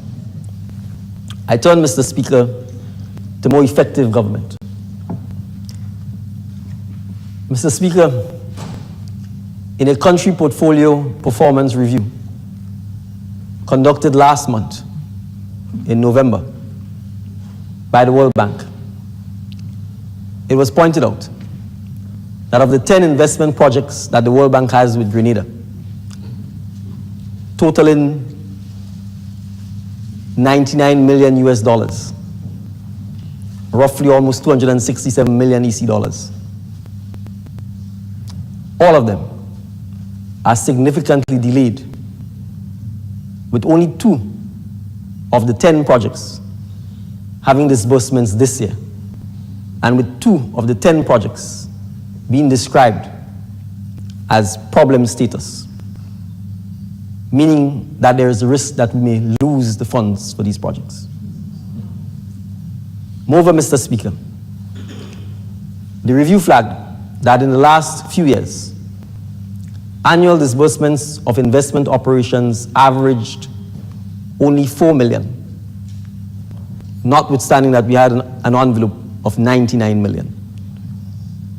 A drop in the bucket.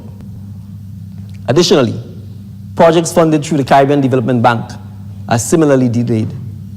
The reality, Mr. Speaker, is that the implementation rate of externally funded projects is dismally poor. The cost to hold these funds on Grenada's behalf, known as commitment fees, run into the millions of dollars.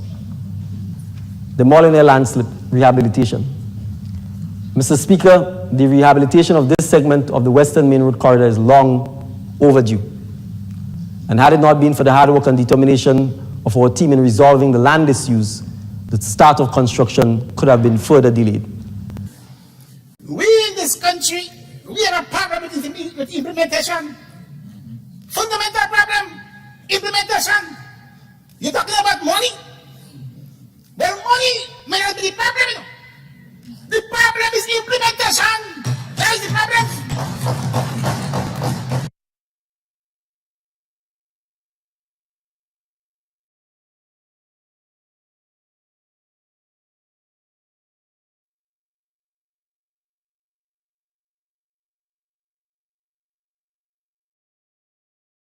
Give you a nice overview of what we've been able to achieve. And we've been able to achieve them against the very 16 commitments that we have made, our campaign manifesto commitments in summary there. And you can always find it on our website, ndcgrenada.org. We've made significant progress with at least 6 of the 16 already within the last 15 months. A record achievement if you measure manifesto commitments and achievements. Pause. Thank you. So that's it. We ready for questions? We have any other area that you might have interest in? We can always tell you which part of the video we can give you detailed information on. So this is it for us for now. Over to you with your questions and comments. We're making a little turnaround with the mics while you put your questions and comments together. Both for the minister, so I will take any questions that persons have for the minister, as well as you have the 2 ambassadors here, and any other from the presentation so far. Thank you very much.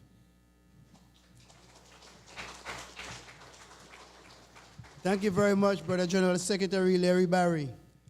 Ladies and gentlemen, we are about to make a slight adjustment. We're going to put the mic in the middle here, so that and we also want you to get yourself in a line so that you can ask your questions. But I have 2 announcements to make as we get prepared for that.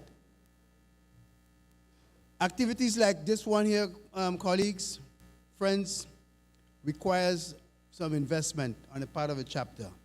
But the chapter is not a business. We are not a profit-making business. We try to raise funds to help our party in the elections and to help the party carry out its daily operations. So also, we are not fortunate to collect briefcases of money and so on. So we have our members who are going to pass around with 2 baskets.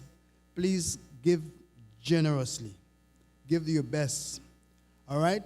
And we are grateful, and we're thanking you in advance. Those of you who already give, and who I know that a lot of you are thinking of giving, we want to thank you generously for your gift.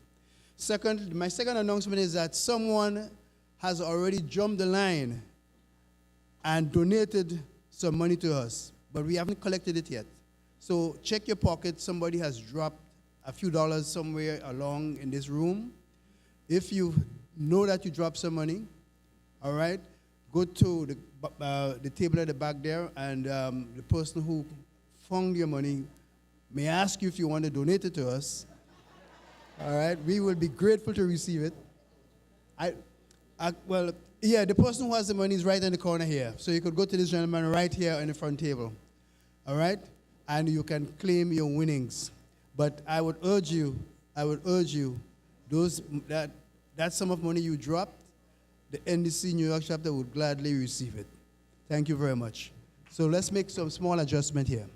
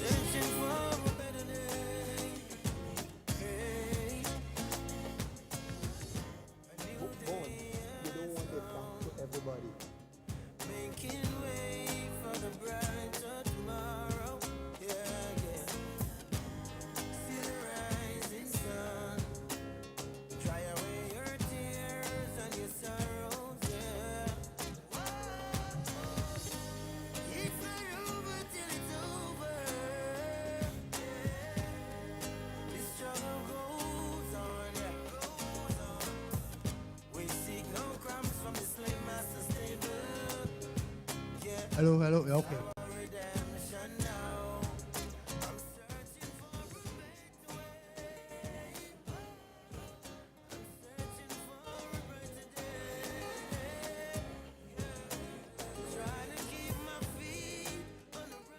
So, ladies and gentlemen, sisters and brothers, at this point, those of you who have questions and comments, please begin to form a line in this row here, in the center of in the aisle.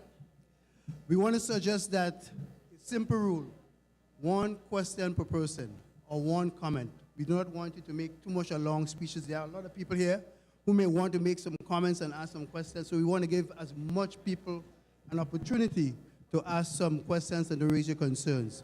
So at this juncture, I want to invite our family and friends right here in the New York chapter, all our visitors, to come to the mic and start asking your questions.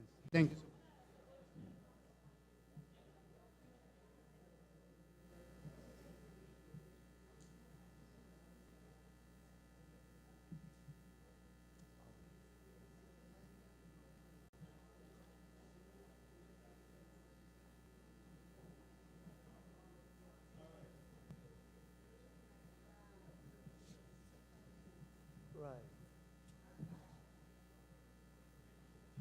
I think we have more room on this side here.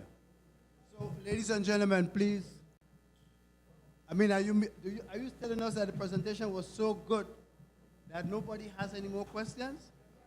All right, but I know you have some questions. Let's just get the ball rolling. Thank you.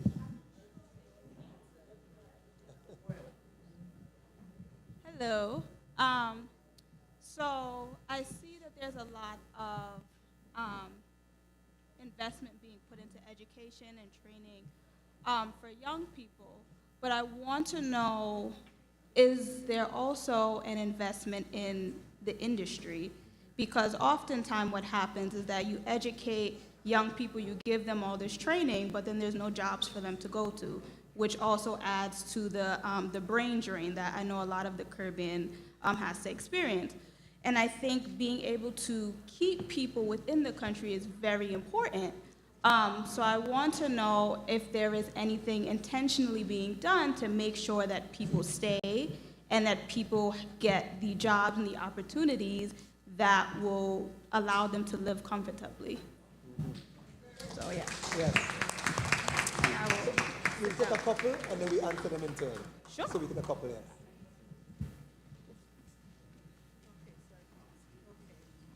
So I just wanted to say that the last time when the New Jewel movement was in power, I heard Maurice Bishop there was a lot of economic things happening in Jamaica. Sorry, in Grenada. So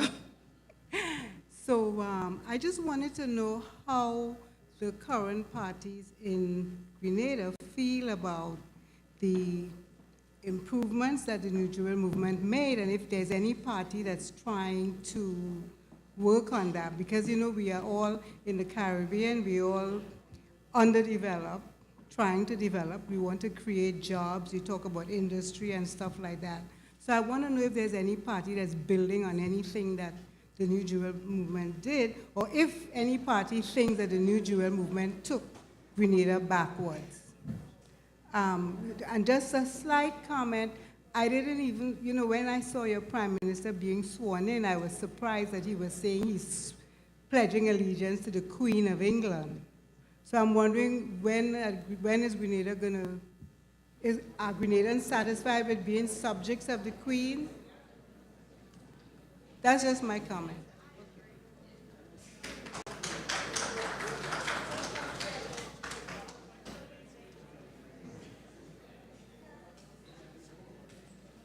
That's it for now.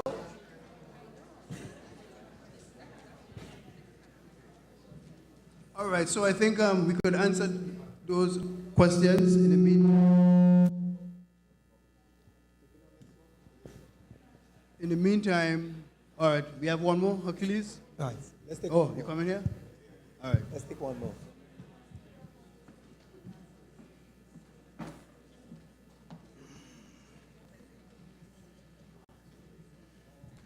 Good evening.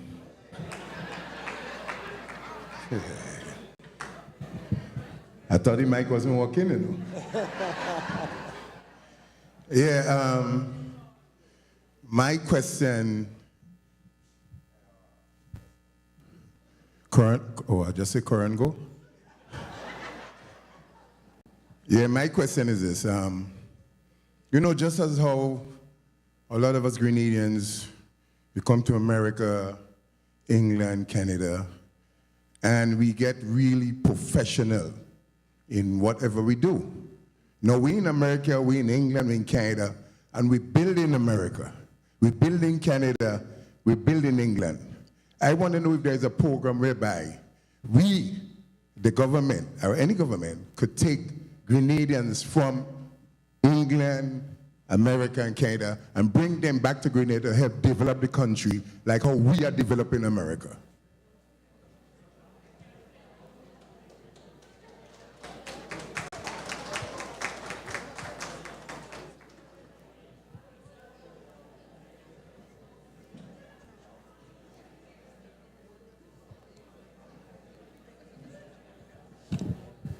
Great, great. Thank you very much for the questions.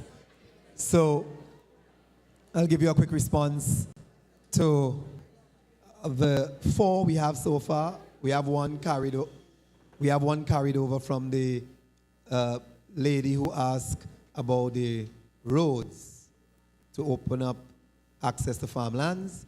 That was for the minister, so he had alerted me to respond to it. We have a question on investment in industry. Where is it? We have a question on economic activities and the improvements that the NGM made and whether any other party of the NDC is building on it. And then we have the question of when are we going to move away from or are subjects of the Queen, and whether that speaks to the question of republicanism. And then we just had a final one from Hercules about Grenadians who have migrated, developed skills, have those skills now that they can come back and help the country, and what or how are we going to capitalize on their skills to help build. So I'm going to leave the last one to the 2 ambassadors.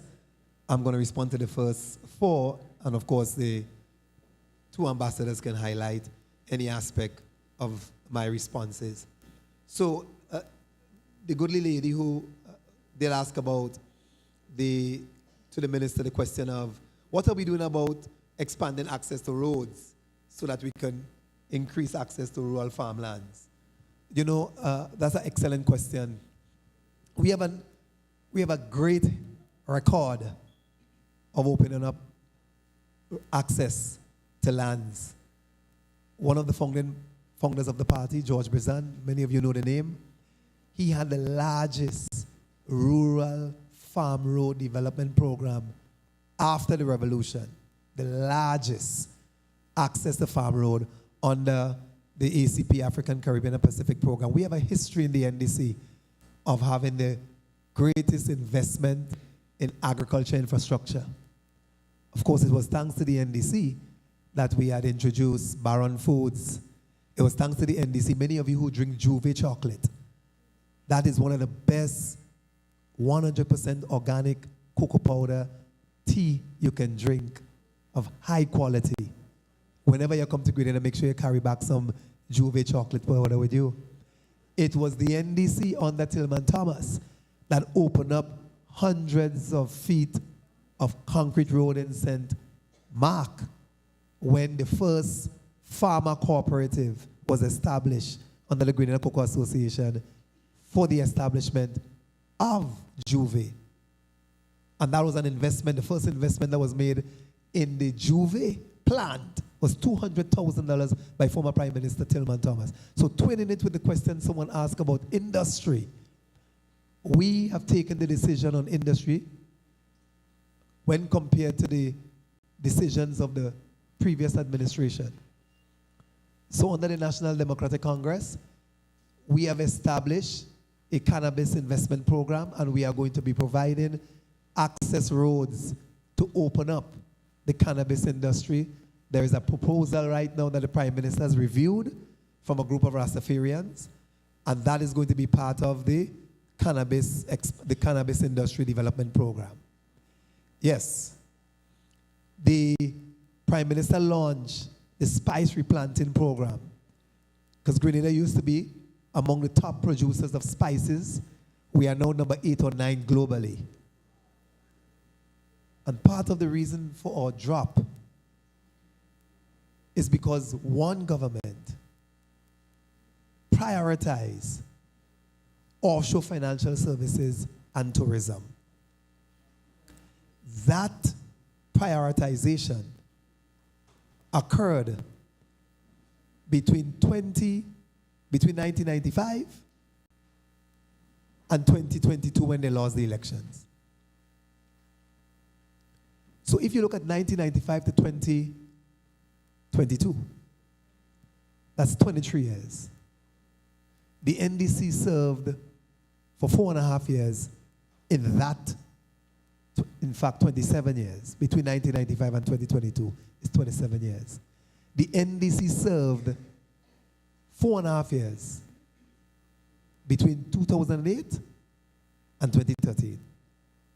So until 2022, June 23rd, 2022, when the NDC returned, the new National Party spent 23 years of the last 27 years in office. Out of that 23 years, the new National Party had no opposition for 15 years. They had all 15 seats for 15 years. Until in one instance, one person crossed the floor. That was Michael Batiste. Towards the tail end of that 15 years. They had 13 years of uninterrupted rule, 1995 to 2008. 13 years, and the priority was offshore financial services, tourism. The NDC came in 2008 and immediately shifted priority to agricultural investments. We opened up hundreds of feet of concrete roads to increase access to rural farmlands so we can increase agricultural production. That is when Juve Chocolate and Baron Foods and so on in terms of manufacturing came into being. When the NNP returned in 2013 for another 9 years, uninterrupted rule, they moved immediately away from agriculture and went back to financial services and tourism. And a massive emphasis in their tourism thrust was building hotels rather than increasing services. So in building hotels, we ended up with immediate investment crisis. The biggest, Kawana Bay. Kawana Bay has cost us, for this current government, to settle the investment dispute between the NNP and the investor.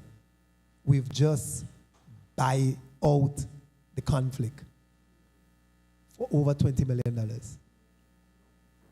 Because if we went to ICSID, the International Center for the Settlement of Investment Disputes, which is where the investor took the government to court, the NNP government, had we gone to the court, that court, it would have cost us potentially hundreds of millions in legal fees and settlement costs.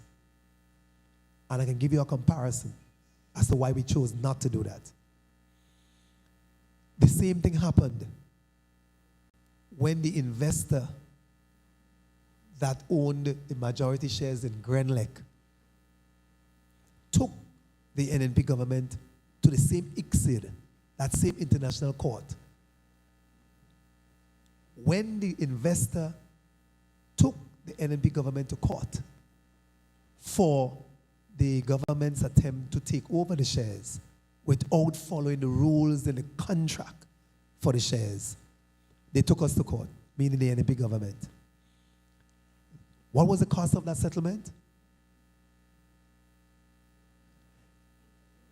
The government paid the investor over $70 million for shares that cost $11 million in 1994.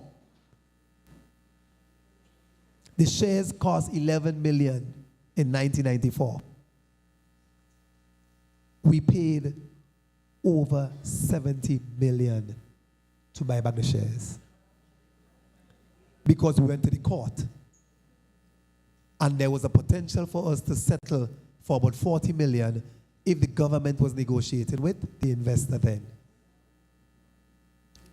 So we did not want to saddle the country with that level of debt by buying out the shares.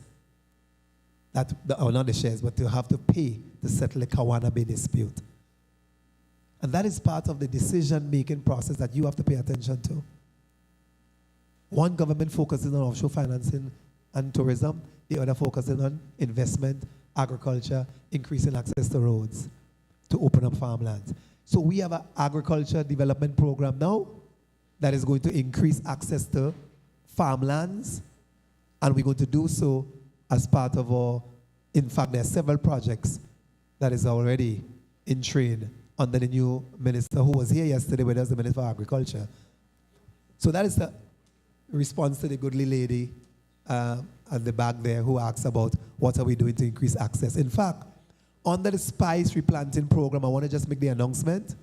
Under the National Spice Replanting Program, you did mention persons who have idle lands. No, we're not taking it. We have the opportunity for you to add your private land into this National Spice Replanting Program land bank, and you can engage the government in a program for utilization of that land for the spice program, the National Spice Replanting Program. So that's an option as well. And for us to have access to those lands, we're going to open the roads to them. So you have that option as well. The investment in industry, where is it? Very important question. We continue, and in fact, we'll be expanding the investment in fish exports. One of the most critical requirements for that to happen is capacity at the airport. And there's a multi-million-dollar investment happening right now at the MBIA that is going to increase capacity for storage and meet all the international standards for export once you have the facilities at your point of departure, which is the airport. So that's kind of part of the investment we're making. We're making significant investments in the blue economy. There's a lot we can share with you on that. I do have some things that I can bring up here, but in the interest of having the questions move on, we are making significant investment decisions currently in some critical areas of the blue economy. In terms of the creative industries, I don't know how much of you would have viewed the first significant conference on the creative economy called Unleash. Anyone was able to look at Unleash? Yes, great. That's a significant step in that direction.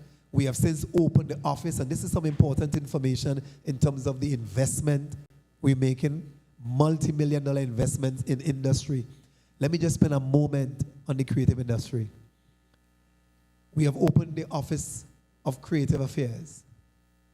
That office is now providing for the first time in the history of the Grenada, including during the period of the revolution, 100% duty-free for all creatives in Grenada who are investing in music, studio production, art, printing, laminations, any area of the creative sector that woodwork, just name it, sculpturing, craft, any equipment, whatever requirement for the creative sector that you are involved in. If you're in the performing arts, if you're in the visual arts, if you, whatever aspect that you're in, 100% duty-free concession on all aspects of your imports to expand the sector.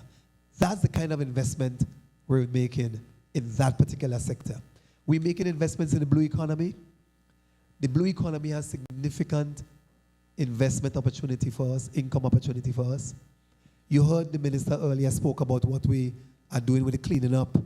Because you have to clean up the shores, clean up the seas, so that we can have the flourishing of our flora and fauna and our marine life. we are making some significant investment there. I know for some people like Howard is moving too slow because we do not have enough jetty facilities, we do not have enough port options, we do not have enough marinas for dry dock services and so on. So we have to make investments, and we're making some investments along the western front, the western coast, so we can move a lot of the boats to those areas so that they can do their repairs and so on, while we continue to invest in our marine spaces and increase dive opportunities and so on. So those investments are going to be multi-million-dollar investments. We started making some of them, and that's how we put in those investments in to increase the capacity for us to earn and grow the economy. Someone asked about economic activities and improvements that the NGM made, and what are we doing about it? Because of the decisions, and you have to understand policies matter. When government investment policy decisions are offshore, hotel, and you leave out the creative sector that I've just mentioned, we are making efforts to increase our investments in, and you leave out the marine economy, and you leave out, or the blue economy, and you leave out agriculture, what you have is the rolling back on the progress made under the NGM. What is some of the rolling back we have experienced? Unfortunately, we have experienced the collapse of MNIB. Marketing Board was running the government a debt of $2 million per month. Marketing Board was running the government a debt of $2 million per month. So this government, upon taking office on the 23rd of June 2022, reviewed and recognized it was not sustainable to find $2 million a month to cover the MNIB, the Marketing Board debt, and took the decision to temporarily close the Marketing Board for reorganization. Do you know, because of our, in fact, the $2 million debt included debt to farmers. So farmers were selling to the Marketing Board, and the Marketing Board was not paying them for their produce, or paying them half, or not paying them on time. So we took the decision to revamp. Do you know, during the period of the revamp, because we're going to make an announcement in December, during the period, this current period of reorganization, because of the efficiencies in the reorganization, we have started back receiving produce from farmers, and we have paid farmers on time for every product that they've sold to the Marketing Board within the last couple of months. We literally meeting our commitments to farmers because we still buy through Marketing Board and supply some overseas market and some local markets as well. And we are paying them on time and at premium costs. Even before we formally reestablish the MNIB, we already see the benefits of the reorganization that we've initiated. So, we have seen the rolling back of some of the progress and the gains made by the revolution, but we are investing in those aspects. Another gain of the revolution, NIS. We've had significant challenges with the NIS, and at the last report from the NIS, they indicated that they had investments in fixed deposits, and they were breaking fixed deposits to meet their monthly benefits requirement to members. Therefore, to protect the NIS, some decisions had to be made, some of which is going to affect the young lady who spoke earlier, and some of your children, and some of you here. We have made a decision, a request that the NIS made to the previous government for more than a decade, and the previous government, for political reasons, chose not to proceed with the recommendation. The actuarial recommendations, you know, actuaries are the ones who do all the assessment of the viability of these social security programs all over the world. You have a lot of social security programs in the US, so you have actuaries who are responsible for doing the assessments of the viability of your social security programs. In the case of Grenada, for more than a decade, the actuarial advice for the NIS is to increase the age of retirement and increase the contributions so that when for sustainability purposes, when the next generation of retirees retire, they will have some retirement benefits to receive. Failing that, we would have had a crisis in the social security sector, specific to NIS. So this government took the decision, as was the advice for more than a decade that the previous government refused, probably for political reasons or probably for fear, that we are going to incrementally increase the age of retirement to 65, commencing in 2024 to 61, and incrementally over the next 7 years to 65. And the contributions have increased to 6% for the employer, 5% for the employee. You can also, under the self-employment scheme, you can make your contributions there. But that is also going to lead to an increase in benefits. And we're going to standardize 3 months unemployment benefits. So there's going to be a 3-month unemployment benefit for all persons, including self-employed persons, so that if you're unemployed for a period of 3 months, you will enjoy some income for the period of 3 months while you're unemployed. And there are going to be other benefits that is going to go with those changes in the National Insurance Scheme. The expectation on the National Insurance Scheme, the Minister spoke to it earlier, is that we're going to also introduce a national health insurance, which will have a contribution element to it, so that we can expand healthcare coverage and bring the cost down through pooling through a national health insurance. So I can go on with some of the other revolutionary benefits that we are building on, but we are building on all, including those that roll back or faded because of the 23 of the last 27 years rule of the NNP. Why we are not moving away from the Queen? Well, you know, we are celebrating 50 years of independence in 2024. And under the leadership of the Honorable Deacon Mitchell, we are going to be returning to the public through consultations about the direction that the country wants to go. And the likelihood, from the sentiment we have picked up, is that the Grenadian people are ready for republicanism, and we are expecting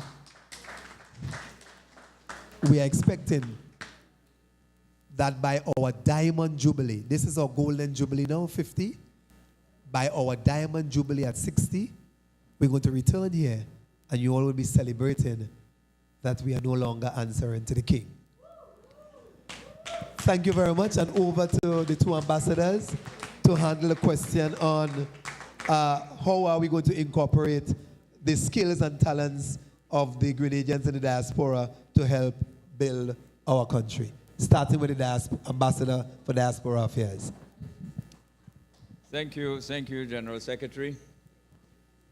Skills training is one of the main pillars of this administration, highly recognized as an important aspect of development in Grenada. Most of you would know that Grenada has suffered over the years of inadequate skilled personnel, and that was highlighted only just a few years ago when the Silver Sands Hotel was being built. They had to import professional tilers, high-quality, high-end carpenters, plumbers, electricians, you name it.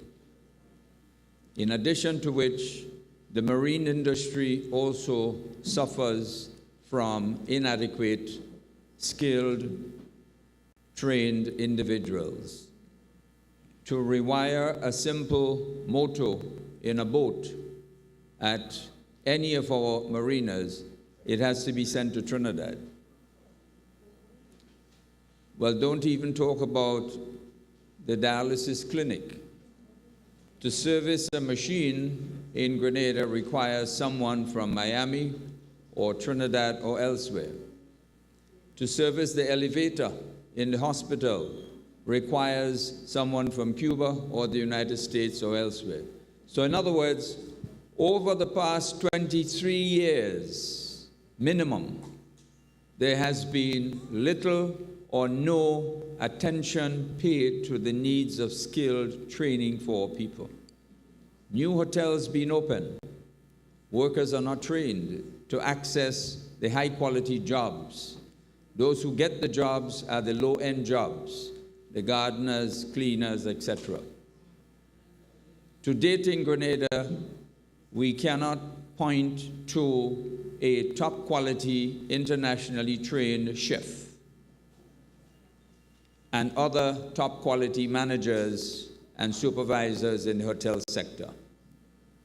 So training has become, or had become, a bad word in Grenada. And the Ministry of Labor, under this new administration, had complained bitterly that they are so annoyed and frustrated of having to sign work permits for so many non-nationals to be imported into Grenada, that it really was a burden and a real harassment for Prime Minister Deacon Mitchell. He spoke personally about it, that he feels very aggrieved and annoyed that Grenadians do not have the capacity to access and accept some of these jobs which are available in the region. Hence the reason why he embarked upon a skills training initiative program, which is in the process of being built out, so that our people can start receiving training in various areas of skill.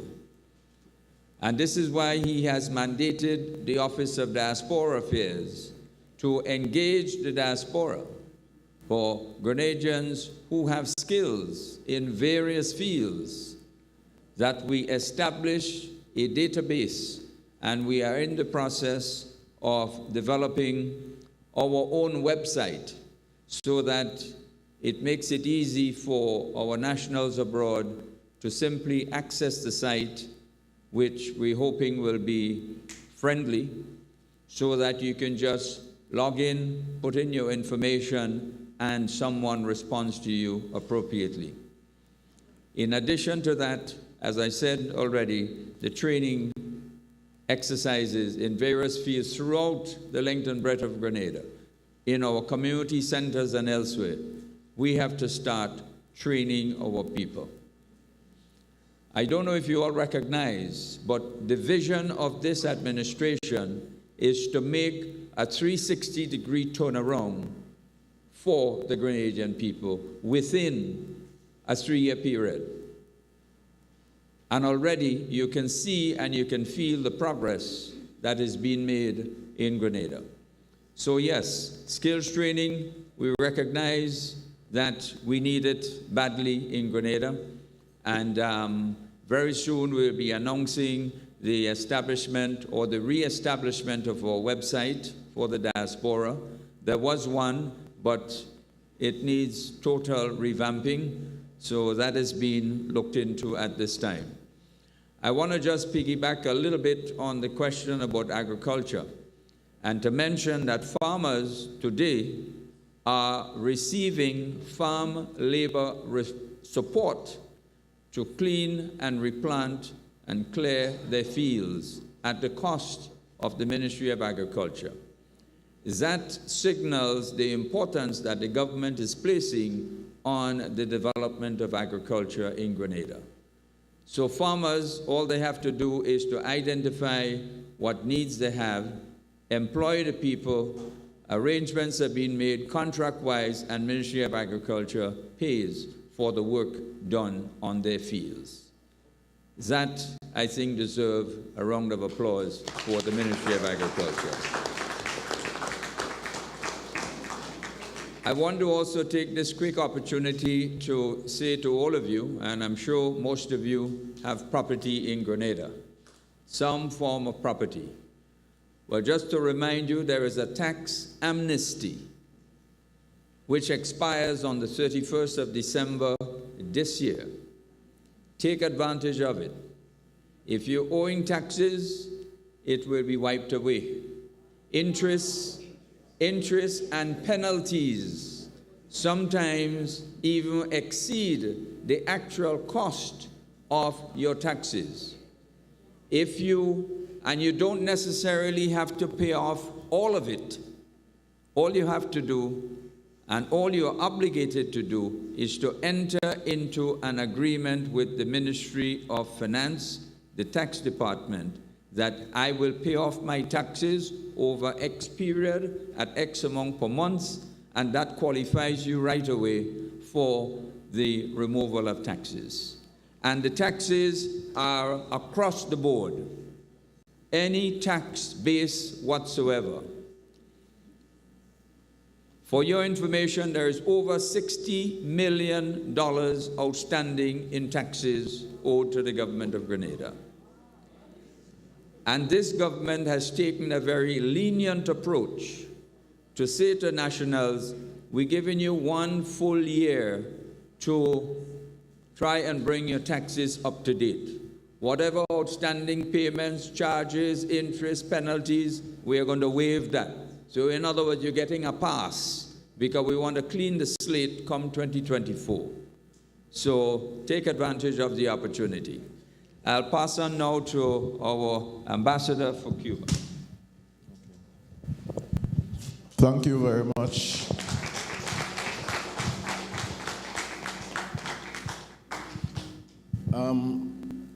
Some very deep questions was asked, and the forester lady from Brotchgrove in particular, who asked about the situation with access to lands.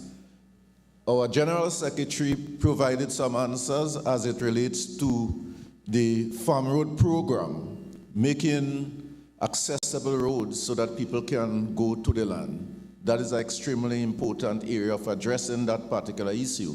Because as you know, in particular after Hurricane Ivan, when all of the trees fell, the roads were blocked and people couldn't go to the land. So we had a decrease in our spices as it relates to nutmeg, cocoa, cloves, and all those areas. So the replanting program with spices generally is one of the strategies to deal with that. Our farmers generally, those in the traditional crop area, are elderly people, right?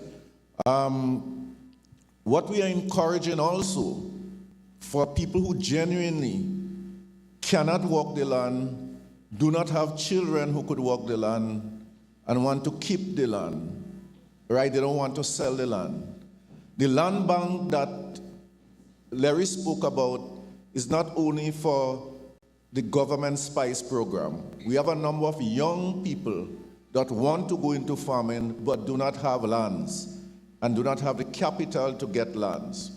So the idea is to create a national land bank, right, where the government can list, pay people over a period of time, and they have the bank as part, the land as part of a bank, so that those who don't have lands and want access to be able to do agriculture can rent and lease and work the land. So that is another strategy in addressing that.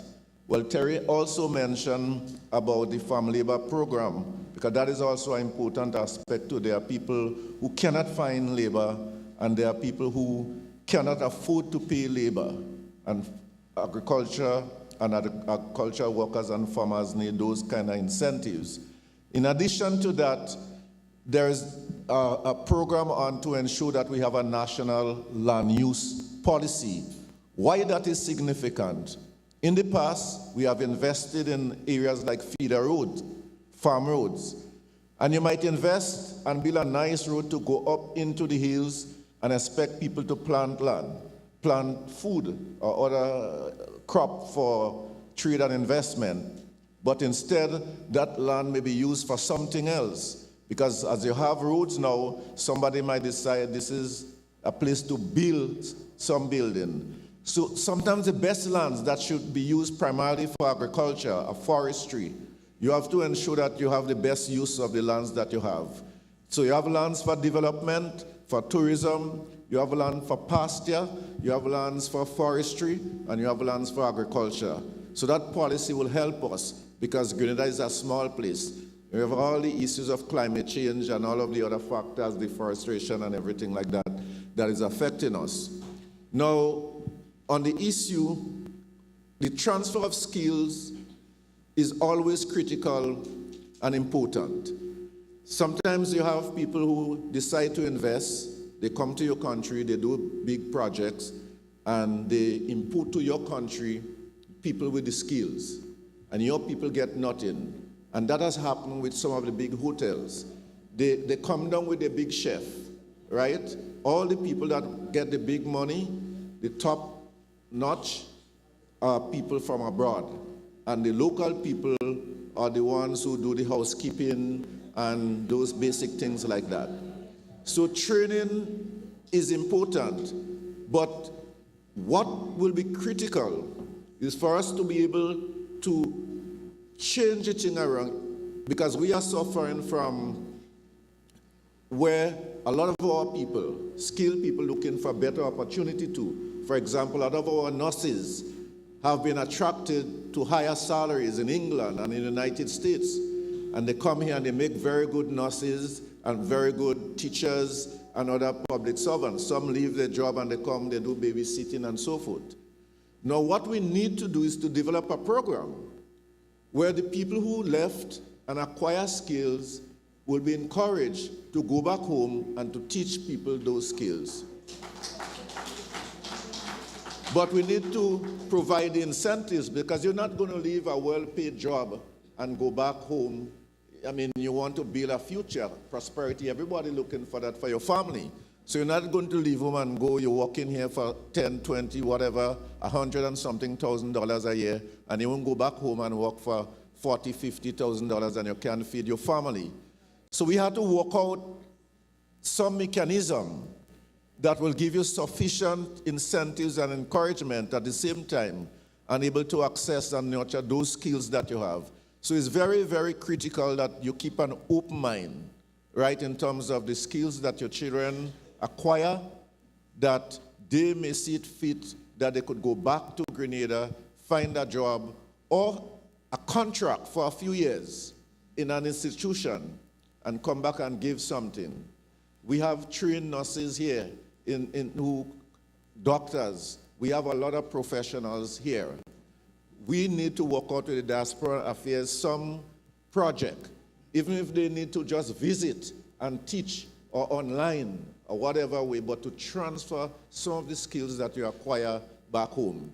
And finally, don't invest all the money that you have in the stock market in America. Because when it crashes, you know what happens. And in all those schemes and everything like that. We know you may not get the same amount on your investment, but I think it is important for you to see that if you invest back in your country, sometimes simple thing, you know. Sometimes buying 2 acres of land and have some farmers working. You just want to get, but Grenadians too need to appreciate, to be honest, and to make sure that they give you the satisfaction that you feel comfortable that you could come back and invest. Thank you very much. Thank you very much, Ambassador. Let me just top up on one point which Ambassador Noel has touched on, and to say to the skilled workers in the United States, Canada, UK, wherever you are, Grenada has, or in fact, government of Grenada has a number of government buildings all over Grenada, dilapidated condition to add. And therefore, very shortly, the government will be announcing a program to invite skilled workers and to also invite Grenadian investors to invest in these old, dilapidated, broken down government buildings. And that you would be able to rent back that property once it's refurbished back to government. Because government is renting offices all over the place for police stations, for courthouse, for the surgery, for nurses, for doctor office, all over Grenada. And there are existing government buildings in a disrepair condition. So the offer to the diaspora is, this is your opportunity to invest in Grenada with a clear contract and obligation arrangement. You refurbish the building, government agrees with you, they will use it for public offices. This would be the term for the period. When you finish, the building then becomes government-owned, by which time you make your profit, you pay back your bank, etc., etc. It's called a bolt system. So that is an initiative that will be rolled out very shortly to the diaspora, encouraging you to invest in Grenada. It is probably one of the safest investments that you can get into. Because if you know when you fix that building, you have a tenant, and the tenant agrees to pay X for Y period, and that pays off your loan and gives you a profit, what more security do you want? It's the most secured investment you could ever dream of having. So this is something for you to think about.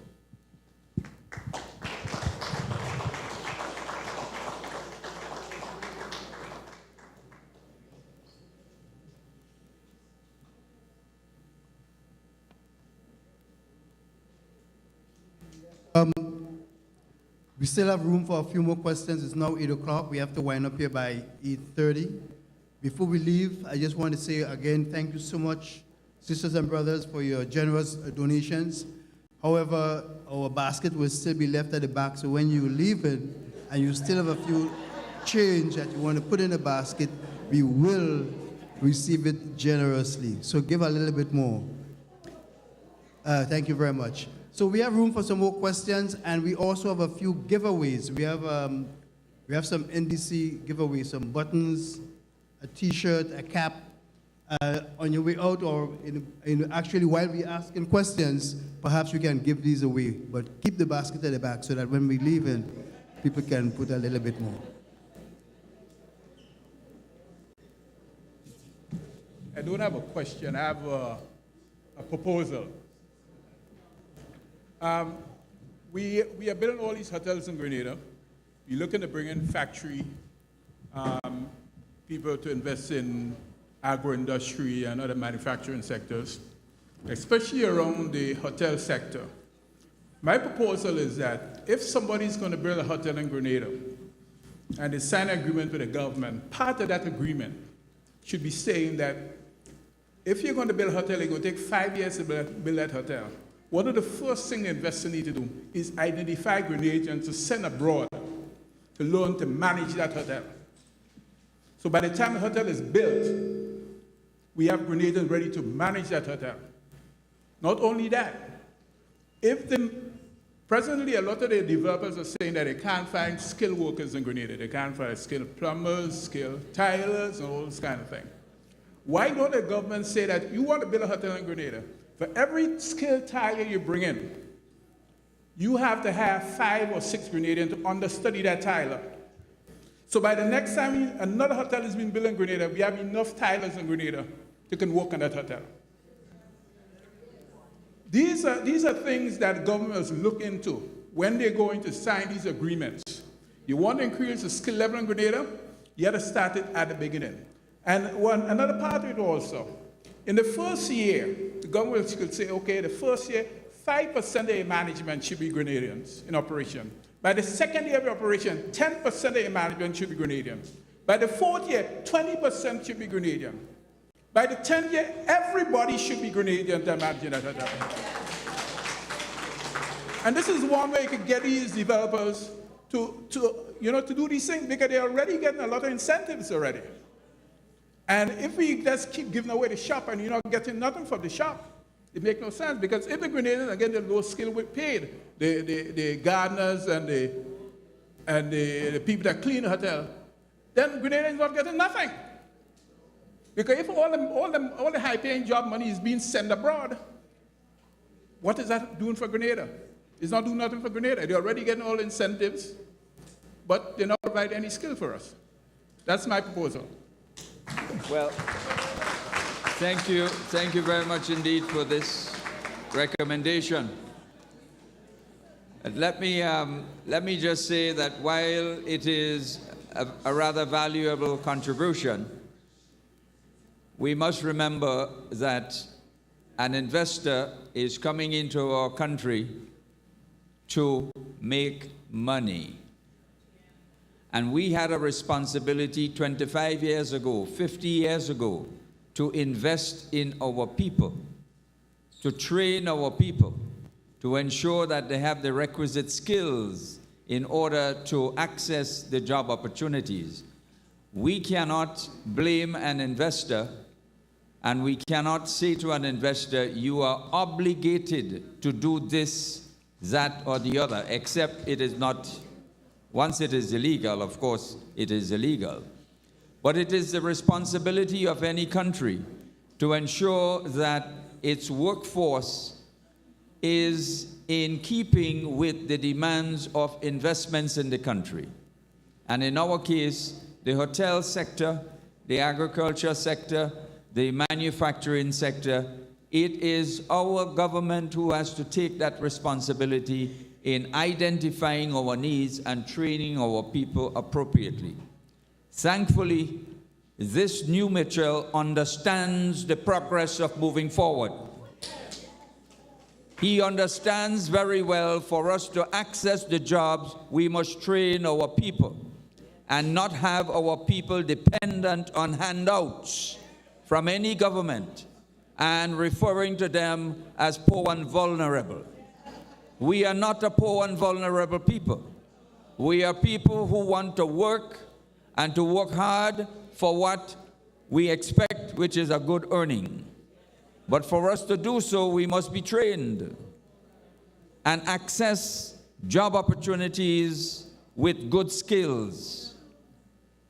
Be courteous on the job, be polite, etc. All these are skills for the workplace. So while I appreciate your comment, my brother, it is the responsibility of each and every one of us to train ourselves and be readily available for the job opportunities. And thankfully, this government is taking the lead and not waiting for the people to go and train. This government is saying, I'm going to hold you by the hand and get you trained in whatever field that you wish to be trained in, because we got to get ready, get ready, get ready. Thank you. Thank you very much. Thank you very much, Terry. And of course, the government has acted. To Brother Beggs, the government has acted in the manner you have described. Since we came to office, we have removed tuition fee, 810 EC per year for TAMCC. We've removed the tuition fee for NULO. So the government is going to pay $2.5 million per annum in tuition fees for NULO and TAMCC. What that is intended to do is to increase access to tertiary, technical, and academic training at these two institutions, so that the programs for building up our skill competency is going to be invested in TAMCC and NULO. And that's the reason why I did a 20-minute video. If you noticed the video earlier, the largest part of the 20 minutes was spent around training. You heard the Prime Minister emphasize training. He spoke about the 10 million from the World Bank to invest in TAMCC, in equipment and training. So we are doing what you said, Brother Beggs. We are actually expecting, as Terry alluded to increase the capacity within Grenada to train Grenadians to take the high-paying jobs across sectors and industries. But you have to put the investment in. And that's what this Prime Minister is showing leadership with. Waive the tuition fee, increase the investments in NULO, in technical and TAMCC, in technical skills and equipment, so that when the tourism and related opportunities come up, we don't have to rely on an outsider, Brother Beggs. We do not have to rely on an outsider to send somebody to train. We are investing in our capacity ourselves, and we're spending the money required to do so. But thanks for the recommendation. We're doing exactly what you proposed, but we're localizing the development. And some of the expertise we have in the diaspora here, we will call on that expertise. In fact, I can tell you, a proposal has already been submitted. Well, in fact, it's a proposal that was not capitalized under the previous administration. So the persons in Canada who have reached out to me, I've been a member of the TAMCC board. They have reached out to me to ask for our administration to capitalize on an opportunity the previous administration did not capitalize on. And that is specialist training in TAMCC for repairs and rebuilding automatic transmissions. In Grenada, 90% of the vehicles are automatic. So you want to increase the competence of persons to repair automatic transmissions and to rebuild them with a plant in Grenada at TAMCC. The persons who were involved in that before reached out to me to ask for us to re-engage them, because they were doing it as a contribution. This person's from Grenada in Canada, and they were doing it as a contribution to come in and put on the program automatic transmission repairs and rebuilding. That is going to be a big opportunity and a big investment in our skills development, because we have 90% of our vehicles automatic. So you have to prepare people to take those jobs and those opportunities. Thank you very much for listening. We have a question in the mic. Good night to everyone. It takes approximately 9 months for a woman to bring forth a baby. It takes approximately 1 year for a banana plant to give you a fruit. Typically, when you're employed, you get a probationary period of about 60 to 90 days, and in some cases 1 year. If we are talking transformation, we can't be waiting for 2 years and 5 years. So for example, with diplomatic appointments, I was shocked when we had our minister sitting with a permanent secretary saying that it would take 6 months to make changes. We got to move away from that. Added to that, we usually have meetings of the United Nations every year. We cannot continue with the planning 1 month in advance, and in some cases, days before you know who are coming up. And what are they doing, in my opinion? In a lot of cases, only a joyride. So transformation has to have some roots. It has to have some planning. It has to have a lot more than that. On the question of the diaspora, today for nationals, we get $75,000 in terms of concessionary values when you return. The government of Grenada, over the years, has had a CBI program where an investor can come to Grenada, get a passport. How much he puts forward? Approximately $250,000. And after 3 years, he could walk away with his money, and he's happy. What are we doing for Grenadians who, when they retire, come back to Grenada, invest more than $250,000? And in some cases, they live for 10 years, bringing back a lot more. It is time that the government address that concern. because it's only 28,000 US dollars in terms of the value of items for returning nationals. Added to that, those nationals will be coming back with knowledge and skills. So we can't be waiting 6 months, 1 year for action. As far as I know, this diaspora aspect has been dealt with, spoken about for over 15 years, longer than that. So we need to have a plan in place, not just a website, a lot more than that. Thank you.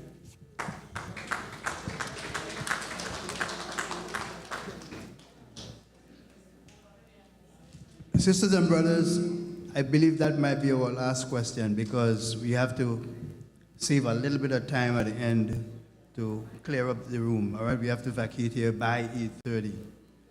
So, as I said, that will be the last question. But just before the General Secretary answer the question, allow me to also, for the first time here in New York, invite the Consul General, our new Consul General, to introduce himself. This will be a short introduction, but you will have some more time in the near future to meet him. He just came back from the airport. Brother Brizan.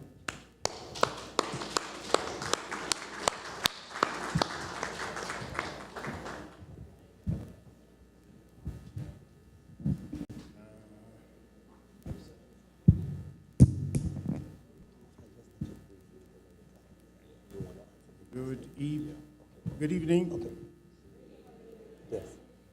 Good evening. You're hearing me now, all right? Good evening, ladies and gentlemen.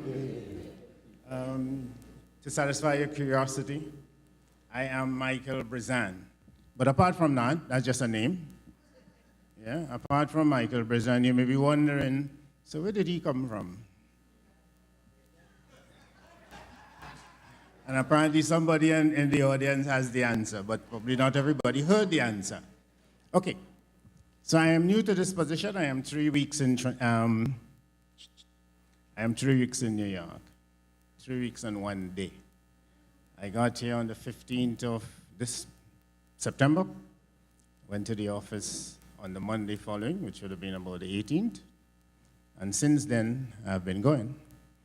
As Brother Bowen said to you, I'm just back from the airport because I had to see Minister off. He has to catch a flight. But it's not about Minister, it's about me, right? So I've been in Trinidad for the last 10 years working at the office in Trinidad. Yes, we have an office in Trinidad. Yes? And I've been there for the last 10 years. So by way of experience, I would have gained a lot from the Trinidad situation.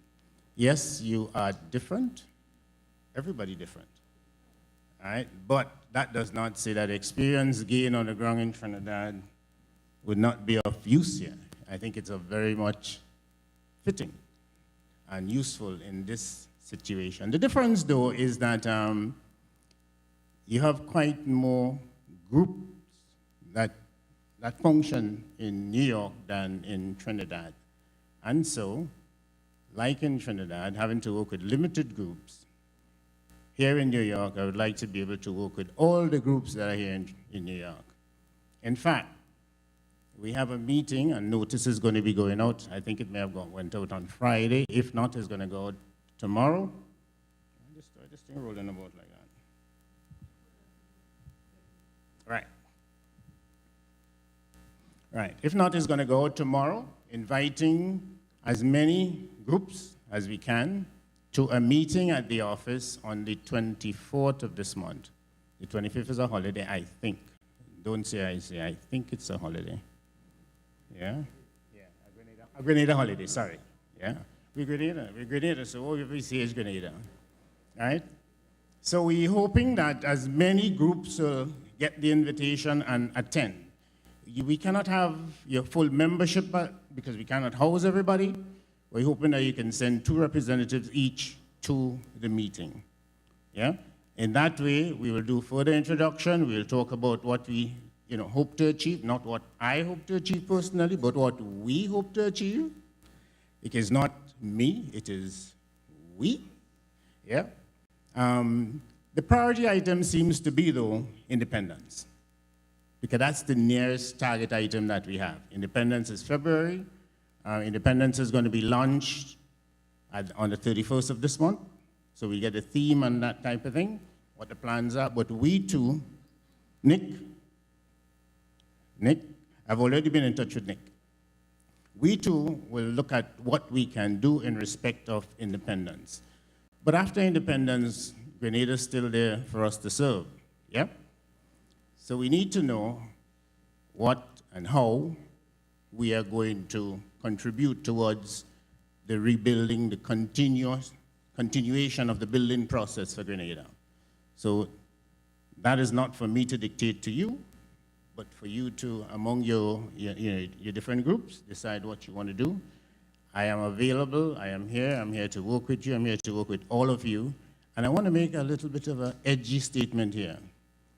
Working with you, from my standpoint, I give no regard to your political affiliation.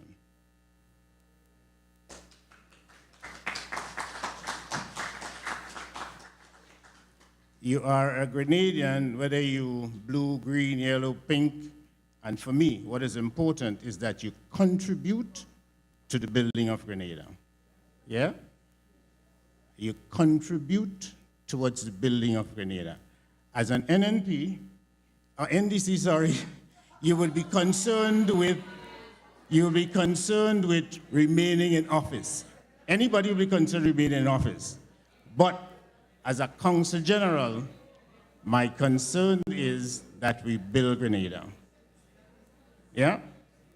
So I'll be there I'll be contacted by telephone. I don't have a telephone of my own as yet, but you can call the office if you need me.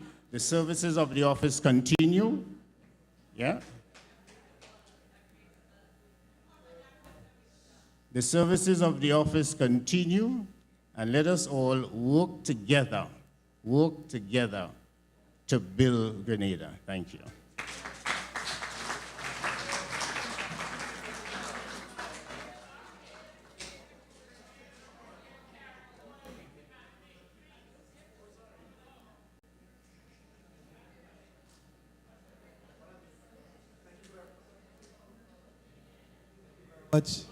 Thank you. Thank you very much. Honorary Council General Brazan, we happy to have you and we look forward to working with you over the term that you are here, your tour of duty. We look forward to working with you. So let me just quickly respond to the brother on the 6 months, and in some instances it did take a little longer for some appointments to be made in terms of diplomatic appointments, and he linked that to the necessity for transformation to have been planned and planting seeds of transformation. That's correct. And we do regret that we did take some time for some of the appointments. You know, interestingly, to the brother and to everyone else, when you inherited the kind of public service we inherited, I want a gentleman to hear me. Yes. Yes. When you inherited the country we inherited and the public service we inherited after 10 years, the last 10 years of the NNP rule, what we were able to achieve with these diplomatic appointments in the time we did is a record. An absolute record of performance based on what we inherited. So the recalling of diplomats, ambassadors, honorary consuls, consul generals, that's supposed to be a standard routine activity. But when you have to search and compile your database of who's serving where, and when you look at the list that we inherited and some of the nationals who were representing Grenada that we did not know, having the patience to be on top of exactly who were your diplomats, where they were, what were their office, was vital. That research took time, but it was necessary because of how it was done before. That was a major factor in why it took time and why we wanted to invest the time necessary to not make the mistakes that we inherited with some of the diplomatic appointments. We had persons serving as diplomats that we discovered. That's not how governments and countries are run. It must be seamless. So the recalling took time because some people had to be found so that they could be reminded to be recalled. It's a standard. So having done that, we can properly now reappoint who necessarily will be reappointed and to make new appointments, which is part of the transition that goes with any new government. You bring the people that you want to help with your transformation agenda, your policy, your manifesto commitments, and those who will remain, especially those, some of whom are career diplomats, they continue in other fields.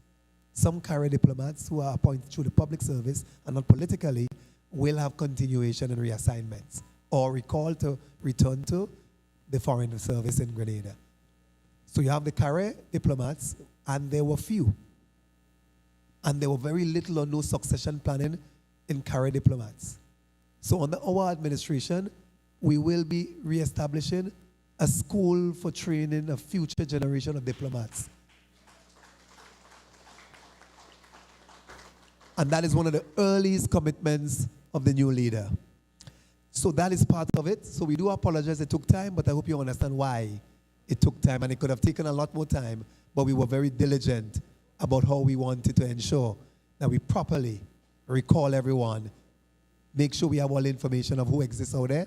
Because I want to repeat, we did not know, because nothing was handed to us, and we discovered some diplomats were serving this country. In fact, some of them reported not to the Foreign Service. They reported to the man. Then we have the final comment about the returning residents.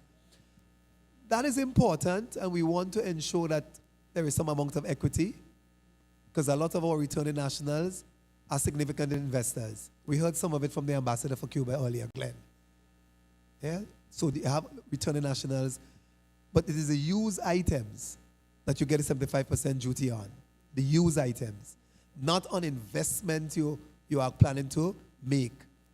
If any one of you planning to return to Grenada and want to make some specific investments, you want to open a hotel, you want to open a factory, you want to establish a business, you go to the Grenada Investment Development, GIDC, the Grenada Investment Development Corporation, and there is a suite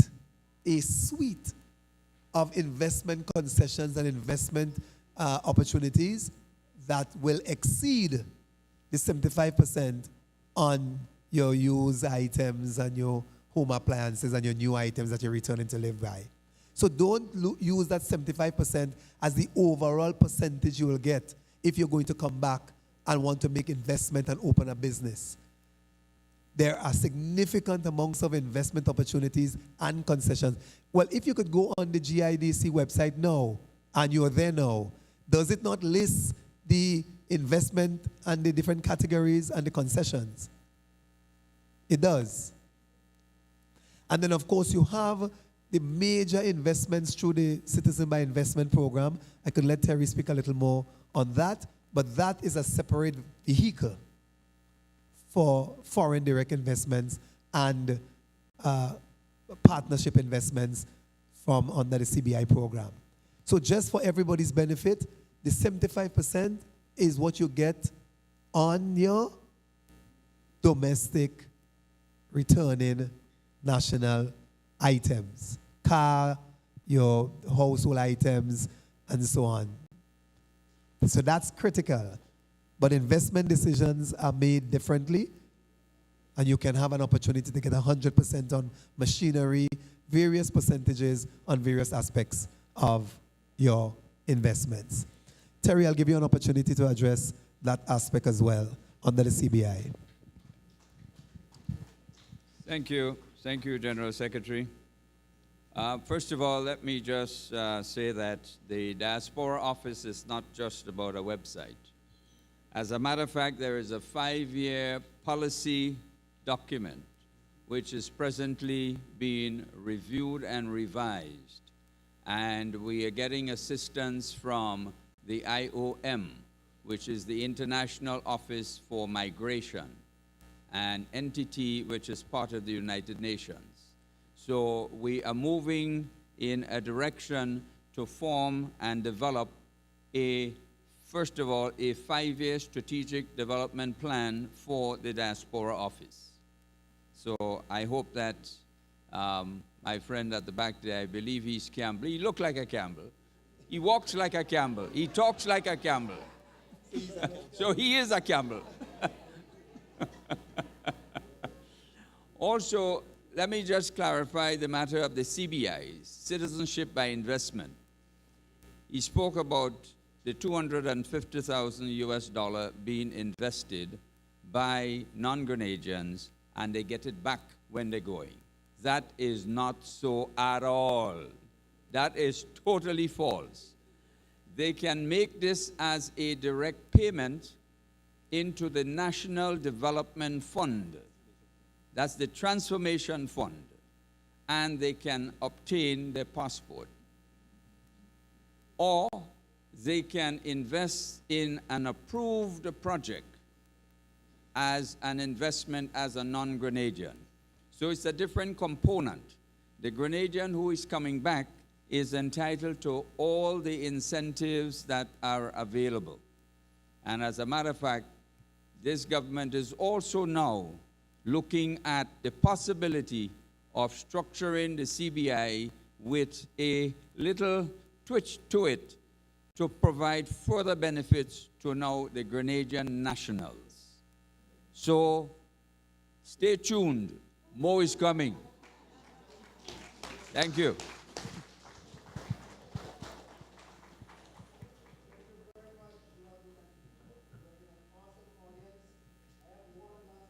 To make before we wind up the meeting, I just want to say that we are grateful that you share here with us your time this afternoon so that we can celebrate and commemorate the NDC's 36th anniversary. The party to celebrate continues at 1215 Flatbush, the Nutmeg House, after here. All right, so you can go to the Nutmeg House, 1215 Flatbush Avenue, after this meeting and continue celebration. But at this point, I want to invite up to the microphone the NDC New York chapter's PRO to say a special thank you to all of you. Brother Mike Roberts.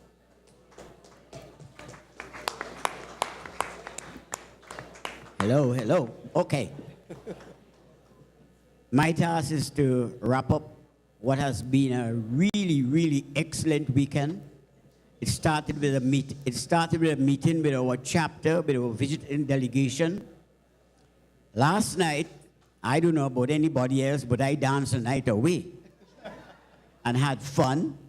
And it's so great to see this wonderful Grenadian, Carriacou, Petit Martinique crowd here tonight. You must give yourselves a big round of applause. A little bit of housekeeping. First, I'd like to profusely thank on behalf of the National Democratic Chapter in New York, our visiting delegation, Minister Andy Williams, who was here earlier and had to catch a plane to South Korea, the awesome General Secretary, Mr. Larry Barry, our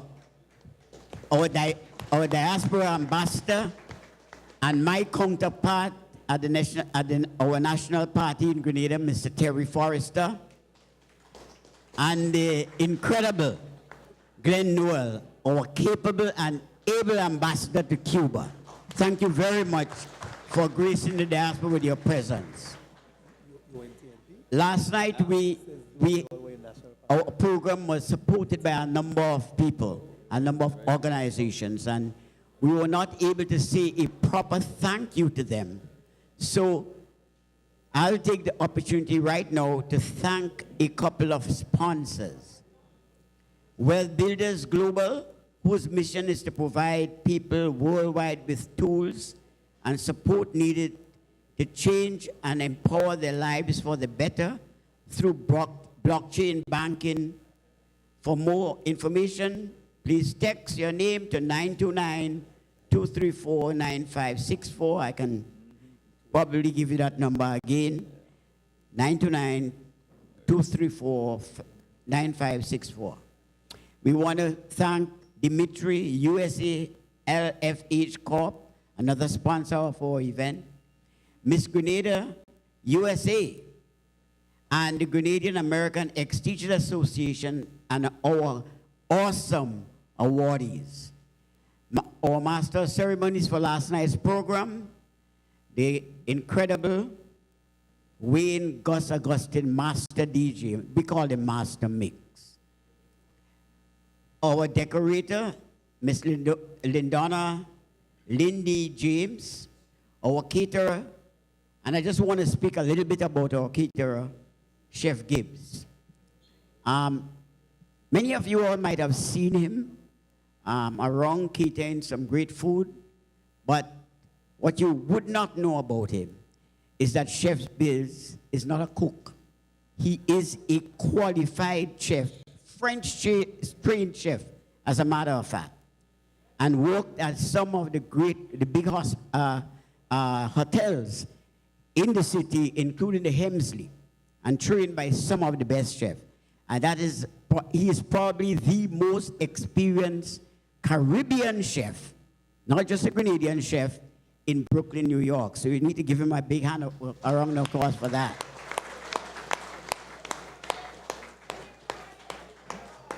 We'd like to thank the proprietors of the American Legion Hall, where we are today.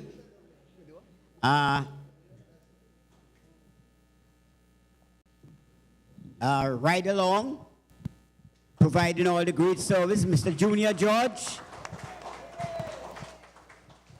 And of course, I'll be remiss if I left here today. I would be kind of hung by the neck or something if I did not speak a special thank you to the hardworking NDC chapter's executive. And I'm going to put him on spot here a little while. I see Miss Sherry and Carlton across there. Could you stand and just tell the... Yeah? This is our vice chair. Right next to him is Mr. Anthony Howard. Tony, just get up, please. He's our treasurer. This is the deputy treasurer, Ms. Nicole Phillip. I see at the back our secretary, Ms. Denise Roberts. And I think right next to her, don't hold it to me, I see the chair of our membership committee and the deputy PRO, Ms. Helen Lewis. She's in the back there. Did I leave out anybody? Of course, our chair, Mr. Bernard Bode. I want to finally just say to all our supporters, support our transformation process and program.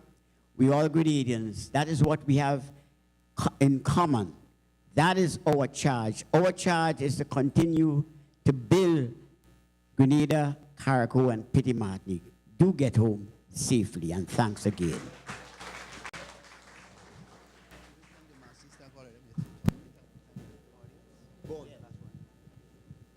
Just a quick point, ladies and gentlemen, before we depart. And I know Brother Bourne would accede to this request. Ladies and gentlemen, I want to just ask each and every one of you just to stand and to wish our Prime Minister a happy birthday today before you leave. Yes, yes. Happy birthday to our Prime Minister, Deacon Mitchell.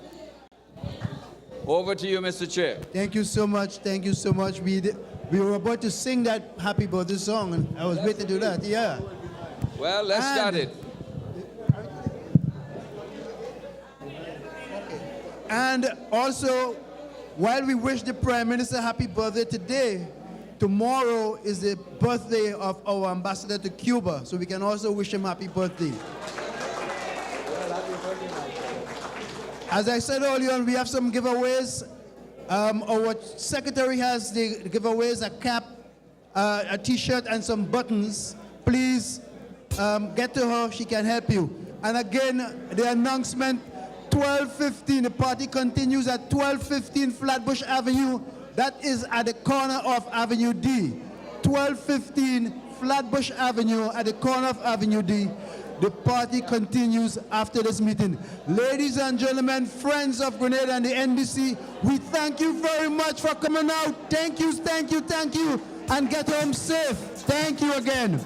And don't forget, leave a few change in the box at the back on your way out. Thank you.